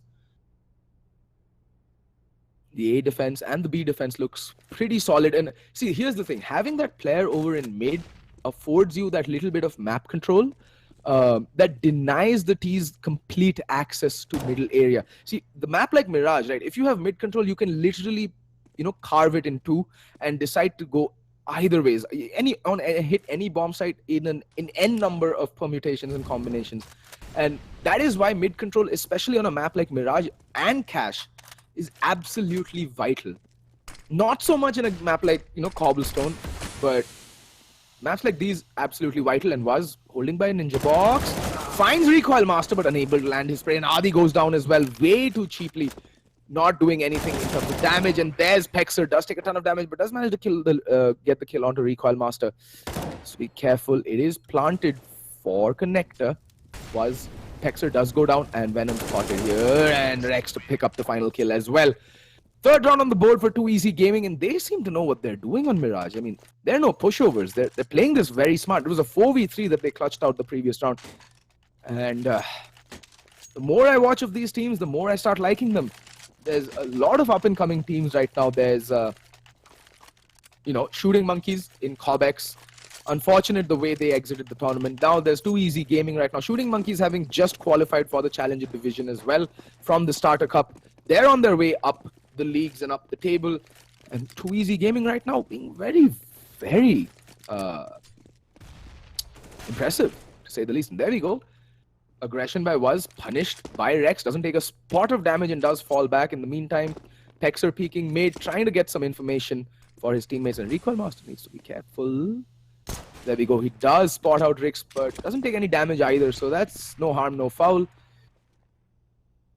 Pretty heavy A presence, and I think Venom's also slowly making his way over to the A bomb site.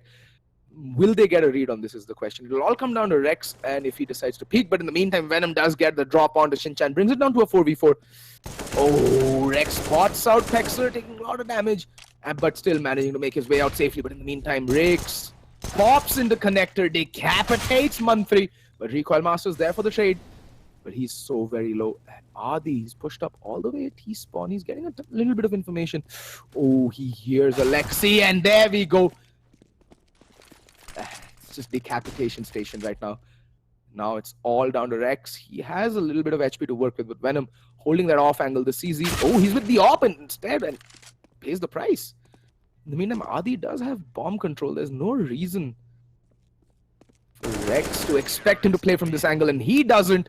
Down goes Rex, and Adi with the trade. With the round, actually. So instant reply coming in from Brutality. My God, is this game going back and forth. They've already put 6 on the table themselves. Going into this 10th round, it's going to be another save coming out from 2EZ Gaming.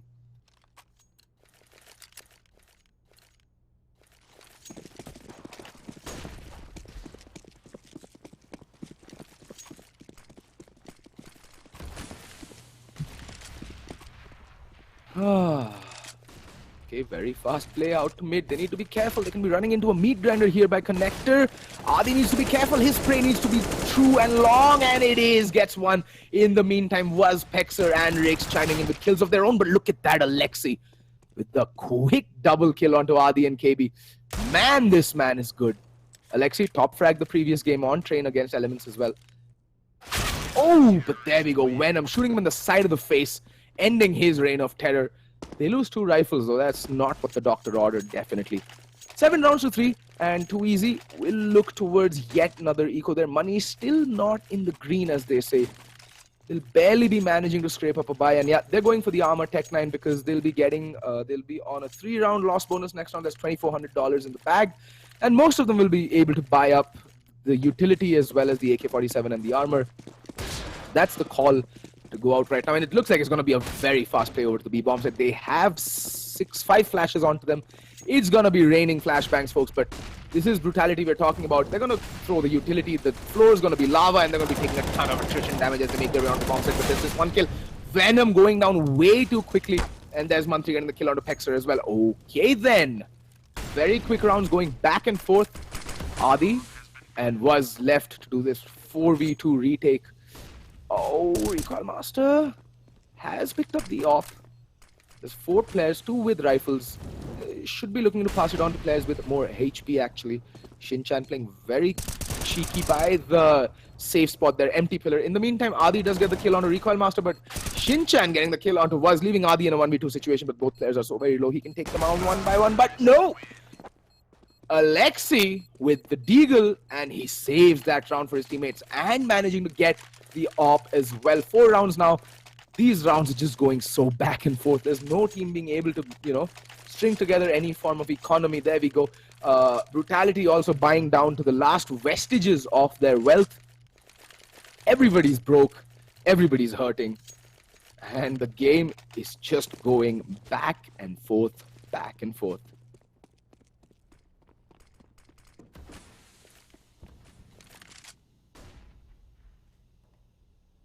Yet another round where very heavy mid presence here coming out from Brutality. Venom's going to be aggressing up B short. Very close. That smoke might just signal some to the... That's just down for misinformation. Rix threw that smoke down to try and convey to the players that someone might be pushing underpass. But Venom needs to be careful. There's 3 players high mid, and he gets punished for pushing up B short. That was not the right play. There was no one to trade for him, but Rix spot out Rex, but he's completely blinded, getting stuck by the side of the wall, but somehow managing to beat his hasty retreat. Adi here in the meantime, here to support Rix, who's watching over by any aggression from Palace, was still playing from, you know, under ramparts, watching for A ramp and Palace aggression, which is not going to come just as of yet. And Adi taking a ton of damage, but does manage to land the kill onto Shinchan, but he's left all alone on 14 HP, 17, my bad. And he's going to take a more passive position. Rix needs to be careful. There's a ton of T's just lying in wait for him. And he's going to swing out. I think Mantri might have heard him. And yeah, Rex is there for the trade. In the meantime, Was is still unchecked here under Palace. Gets the kill onto Mantri. Will Alexi swing out? Unfortunately, he doesn't have a line of sight on the enemy. He's going to flash himself. GG, well played. But in the meantime, Recoil Master spots out Was, takes a little bit of damage, and Was there. Finally dying in the flames laid down by Alexi. Oh, but KB, he's all alone. That's Pexer. And Recoil Master takes him down as well. Okay then, stringing 2 rounds together, and that's going to force Brutality to a save. And Too Easy Gaming might just get to that benchmark of 6 rounds on their T side. But then again, both these teams have been suffering and have been looking a little bit shaky against the pistol buy-ups of all things under the sun.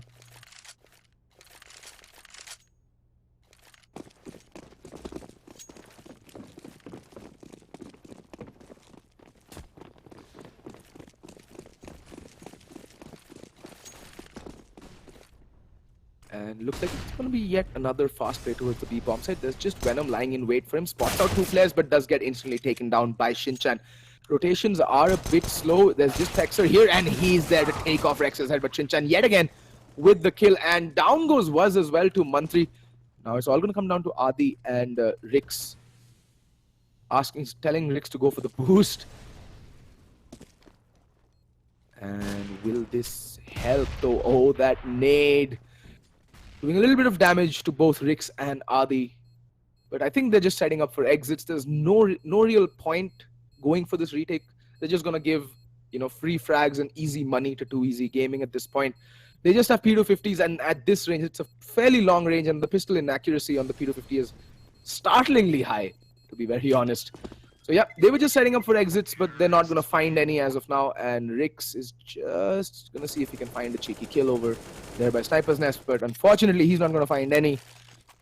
And that's 6 rounds on the board for 2EZ Gaming, and the thing is, as the game is set up right now, because Brutality are on such a light buy in terms of the utility, Venom has to go for the UMP, which means his aggression over by B-Shot will be neutered to a certain extent, because the UMP at the long ranges isn't the best weapon, again, in terms of spread and accuracy. So he's going to have to play a more passive angle, hold a more close quarters range, either in the B site or by the cinder blocks in B-Shot. And there we go. Rix spotting out a ton of aggression over by B-Shot. Shinchan there for the reply, but Rix still managing to somehow beat a hasty retreat, but he's only left with 7 points of health. In the meantime, Venom does get monthly and falls, but Rix and KB, that's Pexer, picking up 2 quick kills, and now all of a sudden Rex is all alone in a 1v4. Rix, though, is internally bleeding. Needs to be careful. Looks away at the worst possible time. Rex jumping, getting the jump onto Was, and Rix again left on his last wish. That Molotov's gonna force him even further back, but doesn't matter. Pexer and Venom, Venom has been put down. Pexer and Adi have bomb control. They have recovered AKs. Rix is also with an M4 on him. And I think not Rex, Rix. Rex should be just looking to do as much economic damage as possible at this point. I think that should be the order of the day. Oh, spots out Rix, takes him down. He's still on full HP, still has 45 seconds left to play with. No one's really playing aggressive by B-Shot, so that nade's not really going to help him. Only just letting the CTs know where exactly he's coming from, actually. There we go. Does get spotted out. They're going to double peek him. It's only going to be a matter of seconds, and there we go. Adi peeks out and gives him a new haircut. Thank you very much, says Adi. And also managing to retrieve the op. That will go towards Rix. But yeah, they'll be able to buy into this round 2EZ Gaming without any questions asked. There's 10,000 bucks on monthly. And yeah, double op on Mirage. All right, that's a curious buy. It is the final round, so I mean, why not? Like, it's not like you're going to take that money to your grave or anything. So decent buy up coming in from both teams. But yeah, Brutality is still a little light on the utility. In the meantime, we have Rix watching mid like a hawk. That smoke's gonna block him off, and in the meantime, KB gets found. That is Vector. And Rix just watching that nade sail towards him. That acts as the perfect decoy, and Rex managing to get the drop on him, and Alexi assassinating Venom there, playing by Van, and it's all down to Adi, and Was yet again to mount a very, very difficult retake. 2v5, and Alexi not done yet, and Was does go down almost instantly. 7 rounds on the board for 2EZ Gaming on Mirage. Not too shabby. Not too shabby at all.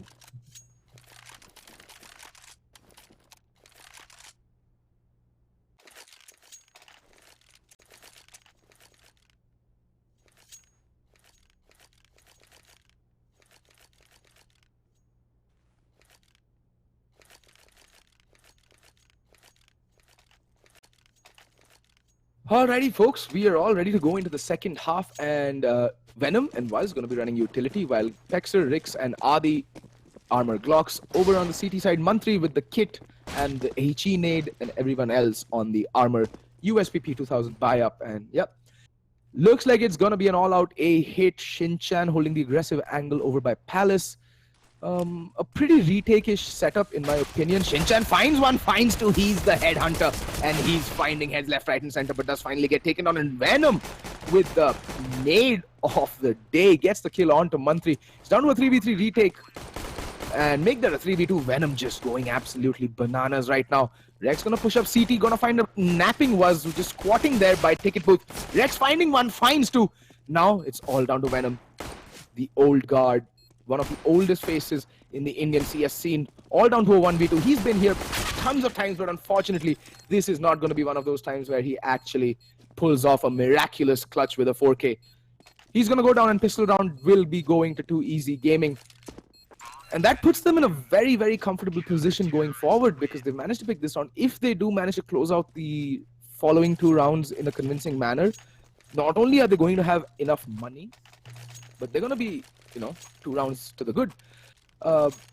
They should definitely be winning this round and should be looking to get as many SMG kills as possible to, stack up that economy. And that's exactly why we see 4 umps coming out instantly onto 2EZ Gaming, because they know that they're going to be facing a full buy from Brutality, at least an armor AK buy with a couple of smokes and a flashbang here and there from Brutality going into the next round. What do Brutality have to work with though? They have 5 P250s, 1 nade, 1 flashbang, and a smoke out onto Venom and Rix. The smokes are going to go down. They're going to go down for stairs and jungle, leaving Mantri all alone, gets instantly dinked and does get taken on, but there's the 2-for-1 trade. Shinchan there. Recoil Master Mantri getting a kill apiece and Shinchan getting the third. Shinchan sprays away and gets the headshot onto Rix. And yet again, Venom's left all alone. Doesn't find the kill onto Shinchan. That aim punch just not allowing him to land that telling shot. Shinchan, who was internally bleeding at 13 points of health, would have gone down like a stack of cards in a hailstorm.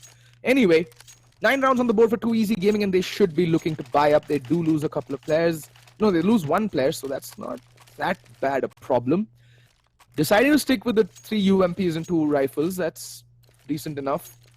I mean, if you're playing close quarters, those umps can literally shred through armor, no problem, easy peasy.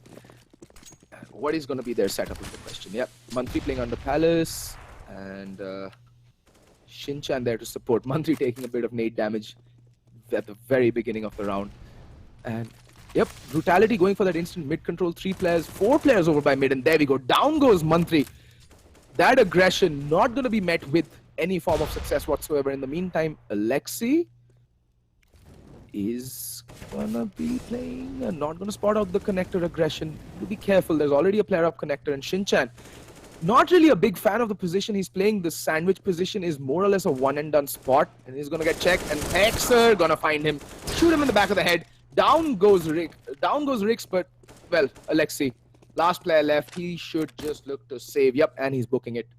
He's hightailing it out of there. He doesn't want anything to do with these 4 T's route, but, oh, gets one. Adi spots him out, spots on the top of his head. Can he give the scalping of the century is the question. Oh, but Venom. I like this game sense coming out, but Venom there. Too good for Alexi. Too quick on the draw. And Venom says, thank you, let me get an easy kill. 9-9 is the score, and 2EZ Gaming's economy not looking that good, but they will be forcing into this round. I mean, it makes complete sense to force into this round. Brutality's economy not that great either. They can be broken back instantly.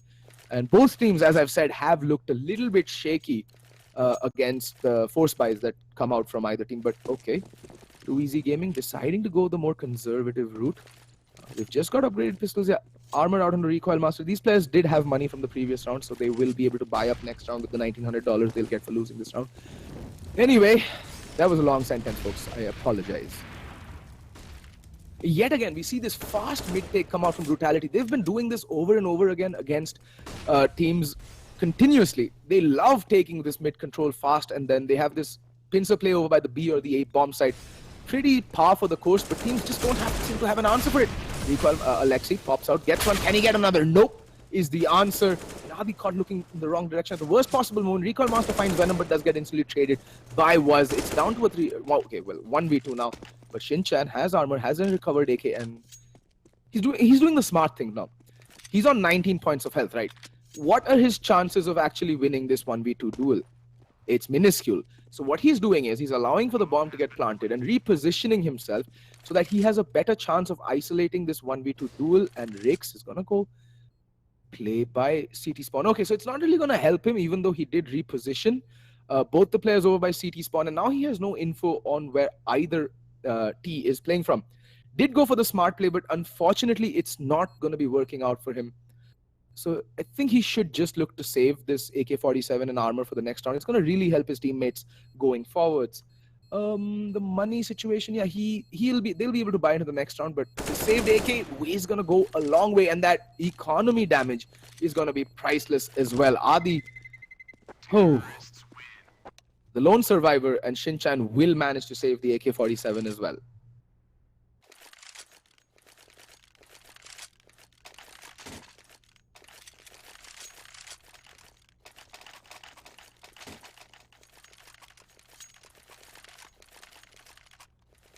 Alrighty, buys coming out on both sides. Op onto Alexi. Like I said, that AK-47 really coming in huge because now the op can get picked up by the CTs. Let's go over to his POV and see what he can do. He's first over to mid.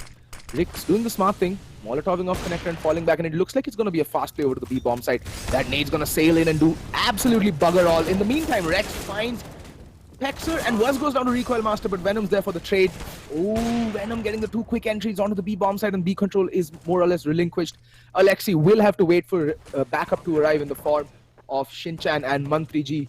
And Mantri is there in support in market, and Shinchan making a lot of noise over by B-shot, but Mantri gets found by Venom. Venom's just gone absolutely nuts this round. 3 kills over him, does get spotted. That's a 4th. Will he go for the ace is the question, and it's an ace. I just had to do that. Venom with the 5k on a gun round. The old man stepping up and going absolutely huge this map. 21 kills for him already. Wow, what a round from Venom. Explosive Counter-Strike at its best. And even though, here's the thing, Too Easy, even though they did manage to get the 2 opening kills, their lack of utility over by the B bomb side, the lack of utility usage was extremely telling. The moment they heard the footsteps in the B bomb side, the counter Molotovs should have gone off, the smokes, the flashes, all should have come raining in. And now they have to save, and Venom just feeling it, but unable to convert the spray. Shinchan does go down. There we go, was finding Recoil Master, was still on the prowl. In the meantime, Pexer finds Rex, but does take a ton of damage. Doesn't matter, guys, it's an anti-eco. They're just playing for the lulls right now, as they say. They just want to find the kills because they don't want like the CTs to have anything to go into the next round with. And Venom should be hearing this rotate and telling his teammates that, guys, they're in market or by market, be careful. Yeah, B bomb side control completely relinquished. That flashbang, it's not gonna hit anything, but whoa, Mantri just walking into Waz's crosshairs there with arms wide open and getting instantly shut down. Now Alexi in a 1v5. I mean, he's just looking for exits and trying to save this armor and the 5-7. If he can find an exit, that's going to be huge because he might just be able to run away with an AK-47 to take into the next round. They're going to be getting $2,900 in the next round, which means they will be able to buy into it quite comfortably. So far, though, Too Easy Gaming's gun rounds have left much to be desired. Their default's not really flexible enough to really counter the unbridled aggression that Brutality bring to the table. Pexer needs to be careful. He's very, very low. I mean, if either player pops out, if Alexi just one step to the right, both are going to survive on either side of the wall. And no AK-47 for Alexi, unfortunately. But I think he's going to be picking up the AWP. It is a tactical timeout coming out from Too Easy Gaming. They want to go into this round with a clear head and obviously to stop the momentum that Brutality have going for them right now.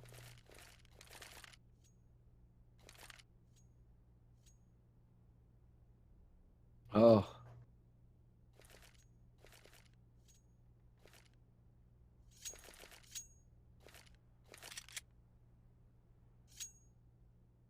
Anywho, match has been paused. We're just waiting for the buys to come out from the CTs.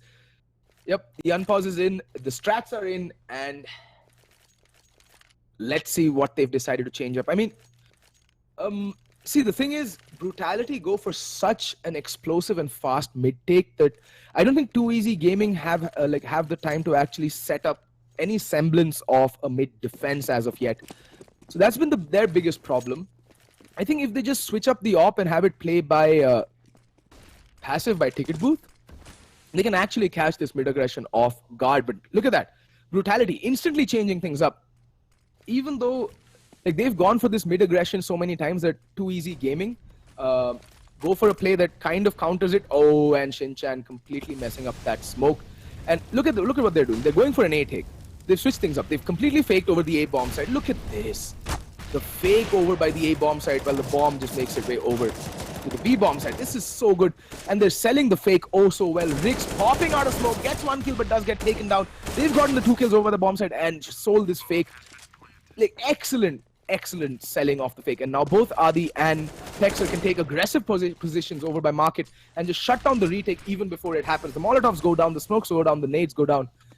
And Shinchan, though, is making his way over from B short.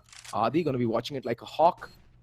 In the meantime, Pexer's there to watch for aggression over by Market. And this is not a spot that is often checked at all. Both Adi and Pex are watching Market. I'm not a big fan of this post-plant setup, actually. Oh, I think Adi missed Shinchan. Shinchan, though, should know. Oh, and they're making their way out because Recoil Master does get taken down, and there's no time on the clock.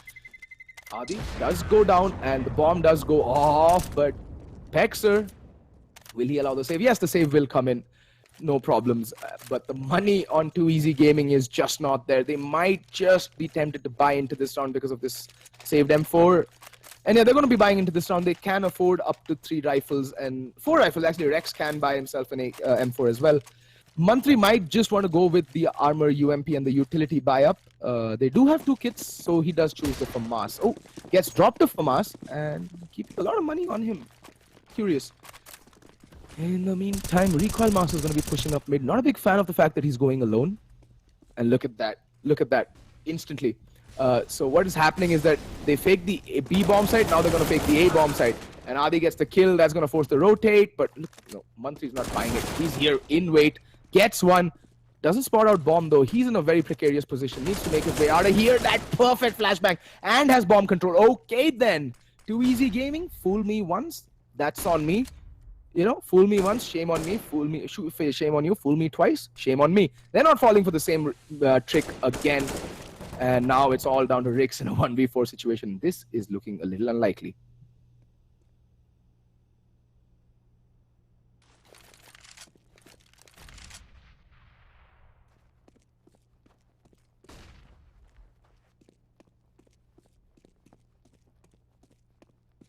And Rix, he has 50 seconds left to work with, so he's gonna go for a world tour of Mirage. And he's doing the smart thing. Like, he knows where the bomb is exactly on the minimap, so he's gonna make his way around and try and isolate as many 1v1s as possible, try and do as much economic damage to the CTs as possible. Alexi needs to be careful. I don't think he's watching. No one's watching Connector right now, but he pops out. There we go. Rix, what a shot from him. Instantly. Oh, failing the jump. Failing the jump completely, like just turns around 180 and decapitates Alexi there. But I think he's gonna give up the search for the round, hunt for the guns. This round, he's just gonna save the armor and the AK, because I think Brutality have enough money to go for a buy next round. I mean, Rix is not gonna get any money, but everyone else will get $1,400. Pexer can drop for his teammate. He'll be sitting on 8,400. And yeah, they're gonna have a very comfortable buy going into the next round. And that's 10-13 the score after 23 rounds of play. Going into the 24th round, both teams are going to be able to buy up. Both teams are going to have utility. Both teams have it all to play for.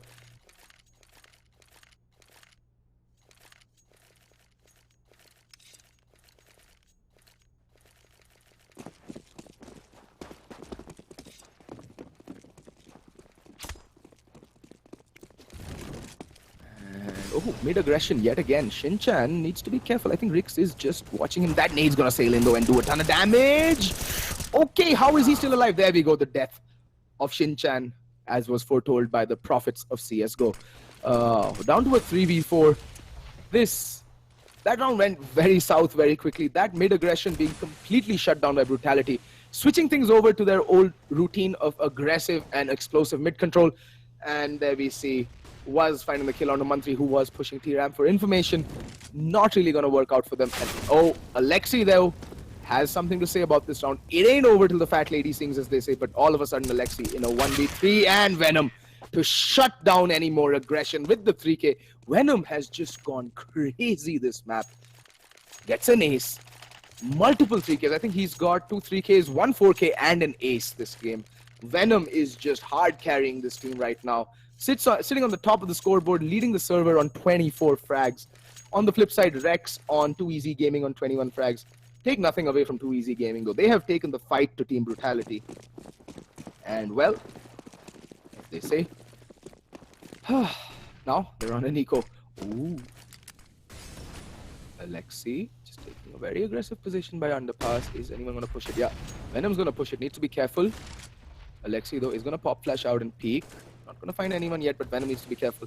He needs to be careful. Alexi is getting a lot of information for his teammates.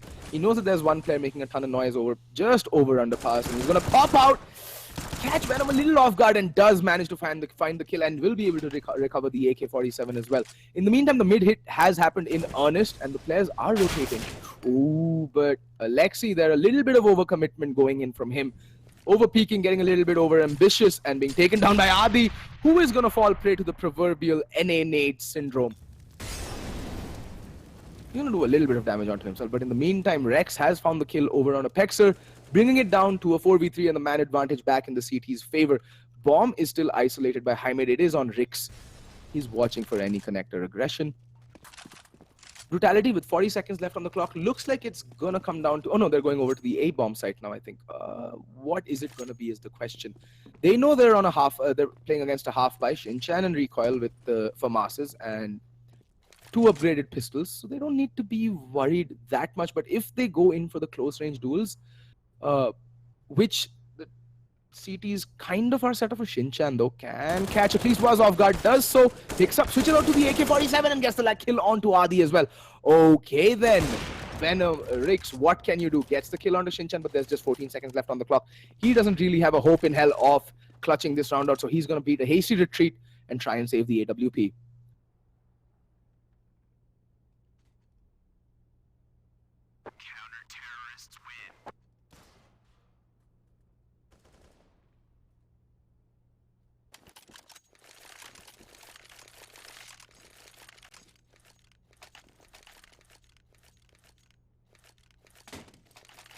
Alrighty, 14-11 is the score. It seems like Too Easy Gaming is not the kind of team to just keel over and die. They're here for a fight and they're taking it to Brutality Gaming.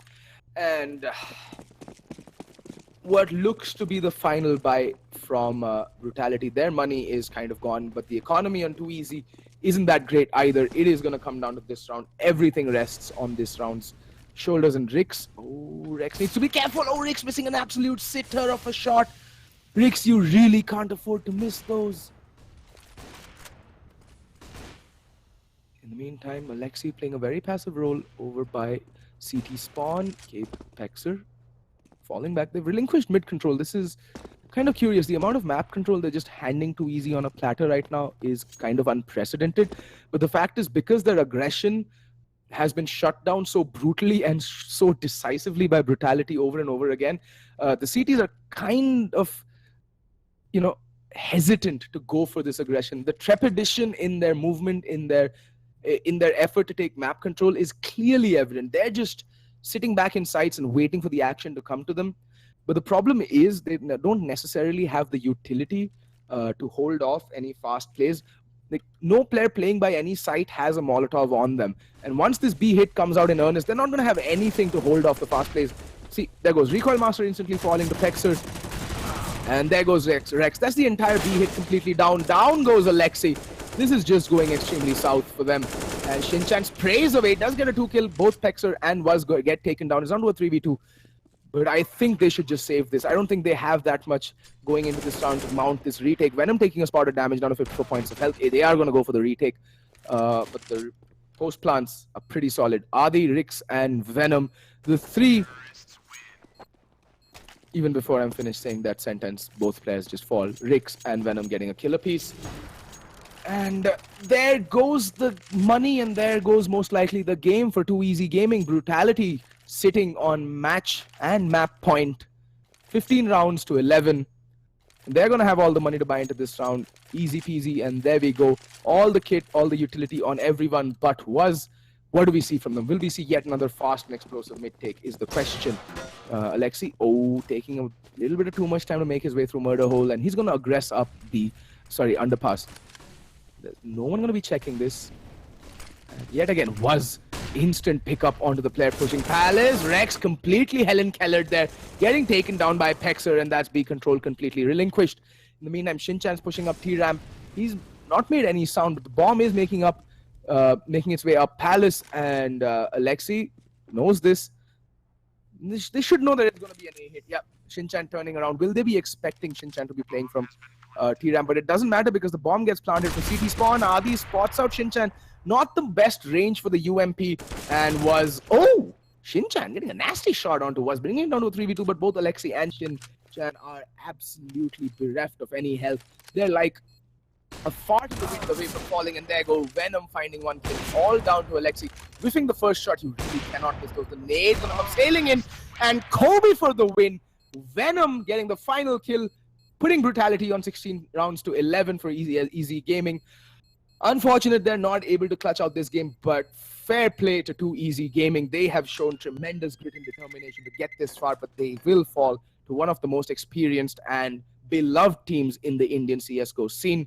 Well, that's all for me for tonight, folks. I hope you enjoyed this cracker of a game on Mirage. I'll see you on Monday when the second phase of the ESL Masters goes live. Or is it Monday or Wednesday? I don't know. It starts soon. So I'll see you again very, very soon. Please subscribe to this channel. And if you're feeling up to it and you enjoyed my casting, please do follow me on Twitter. It is @Archeeseman. That's all for me tonight, folks. Good night and have a great Sunday.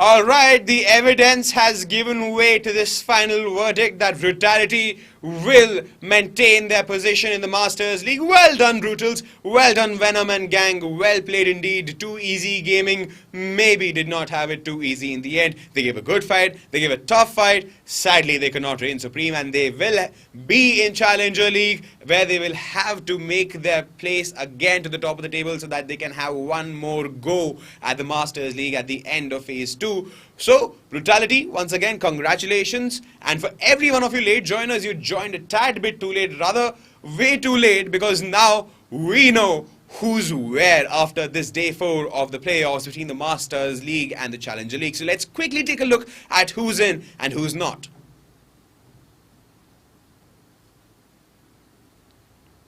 Now, talking about Dota 2 Masters League, of course, ranking 1 is Entity Esports, along with Aggressive 5 in the second position. Third position, 3 cheers for Divine Ascension, stand in 5 following them. We have the Dota Council in the Masters. 4 Miracle is in the Masters, but now we have 2 new entrants in the Masters League. We have Team Buriza, and now we have Go Figure in the Masters League. And quickly, let us also, while we're at it, also take a look at the Counter-Strike Masters League standings and the Challenger League standings. Alright, so the Masters League is pretty simple for Counter-Strike Global Offensive. Undefeated till the end. Risky Gaming had the phase 1 in their kitty, and following them is Entity Esports along with Semperex, Trademark Gaming. We have Dare to Dream now in the Masters League of Counter-Strike Global Offensive. Brutality have maintained their space there by defeating Too Easy Gaming, which you just witnessed right now, and making their way into the Masters League, the brand new entrant, the kid of yesterday, now becoming the man of tomorrow. JMD Gaming has ascended into the Masters League. Will this spell trouble for all the other candidates in the Masters League? Will this be that black horse, JMD Gaming? Will they topple over the giants, or will they not? And the same holds for the two new entrants of Dota 2 now. We have Go Figure and Buriza. Will they have it in them to look up in the eye to all the Masters League players and the teams there? Well, that's for the phase 2 to decide. Right now, we're technically and practically done with the phase 1 of the summer season of the ESL India Premiership 2017, brought to you by Omen by HP, HyperX, Zowie by BenQ, and organized by Northern Gaming. I'm Vagish Godslayer Bhan, and let me remind you, we don't take a break. Gamers don't take a break. We're at it again tomorrow, 6:30 p.m. IST, when we'll be back again on our various social media. That's the Facebook page of ESL India and the YouTube gaming channel of ESL India, where you will catch us live, broadcasting to you the best games of the best teams from the Masters League, because phase 2 begins tomorrow, people. This is the ESL India Premiership 2017 summer season. Now, I have the opportunity to say phase 2 begins literally now. Cheers. We'll see you guys tomorrow.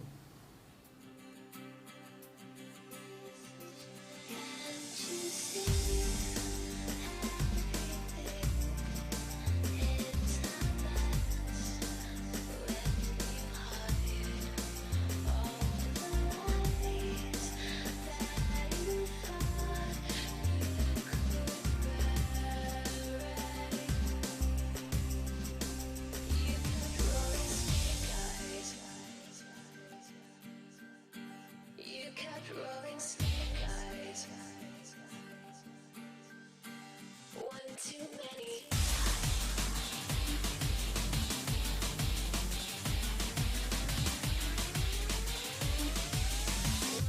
many times.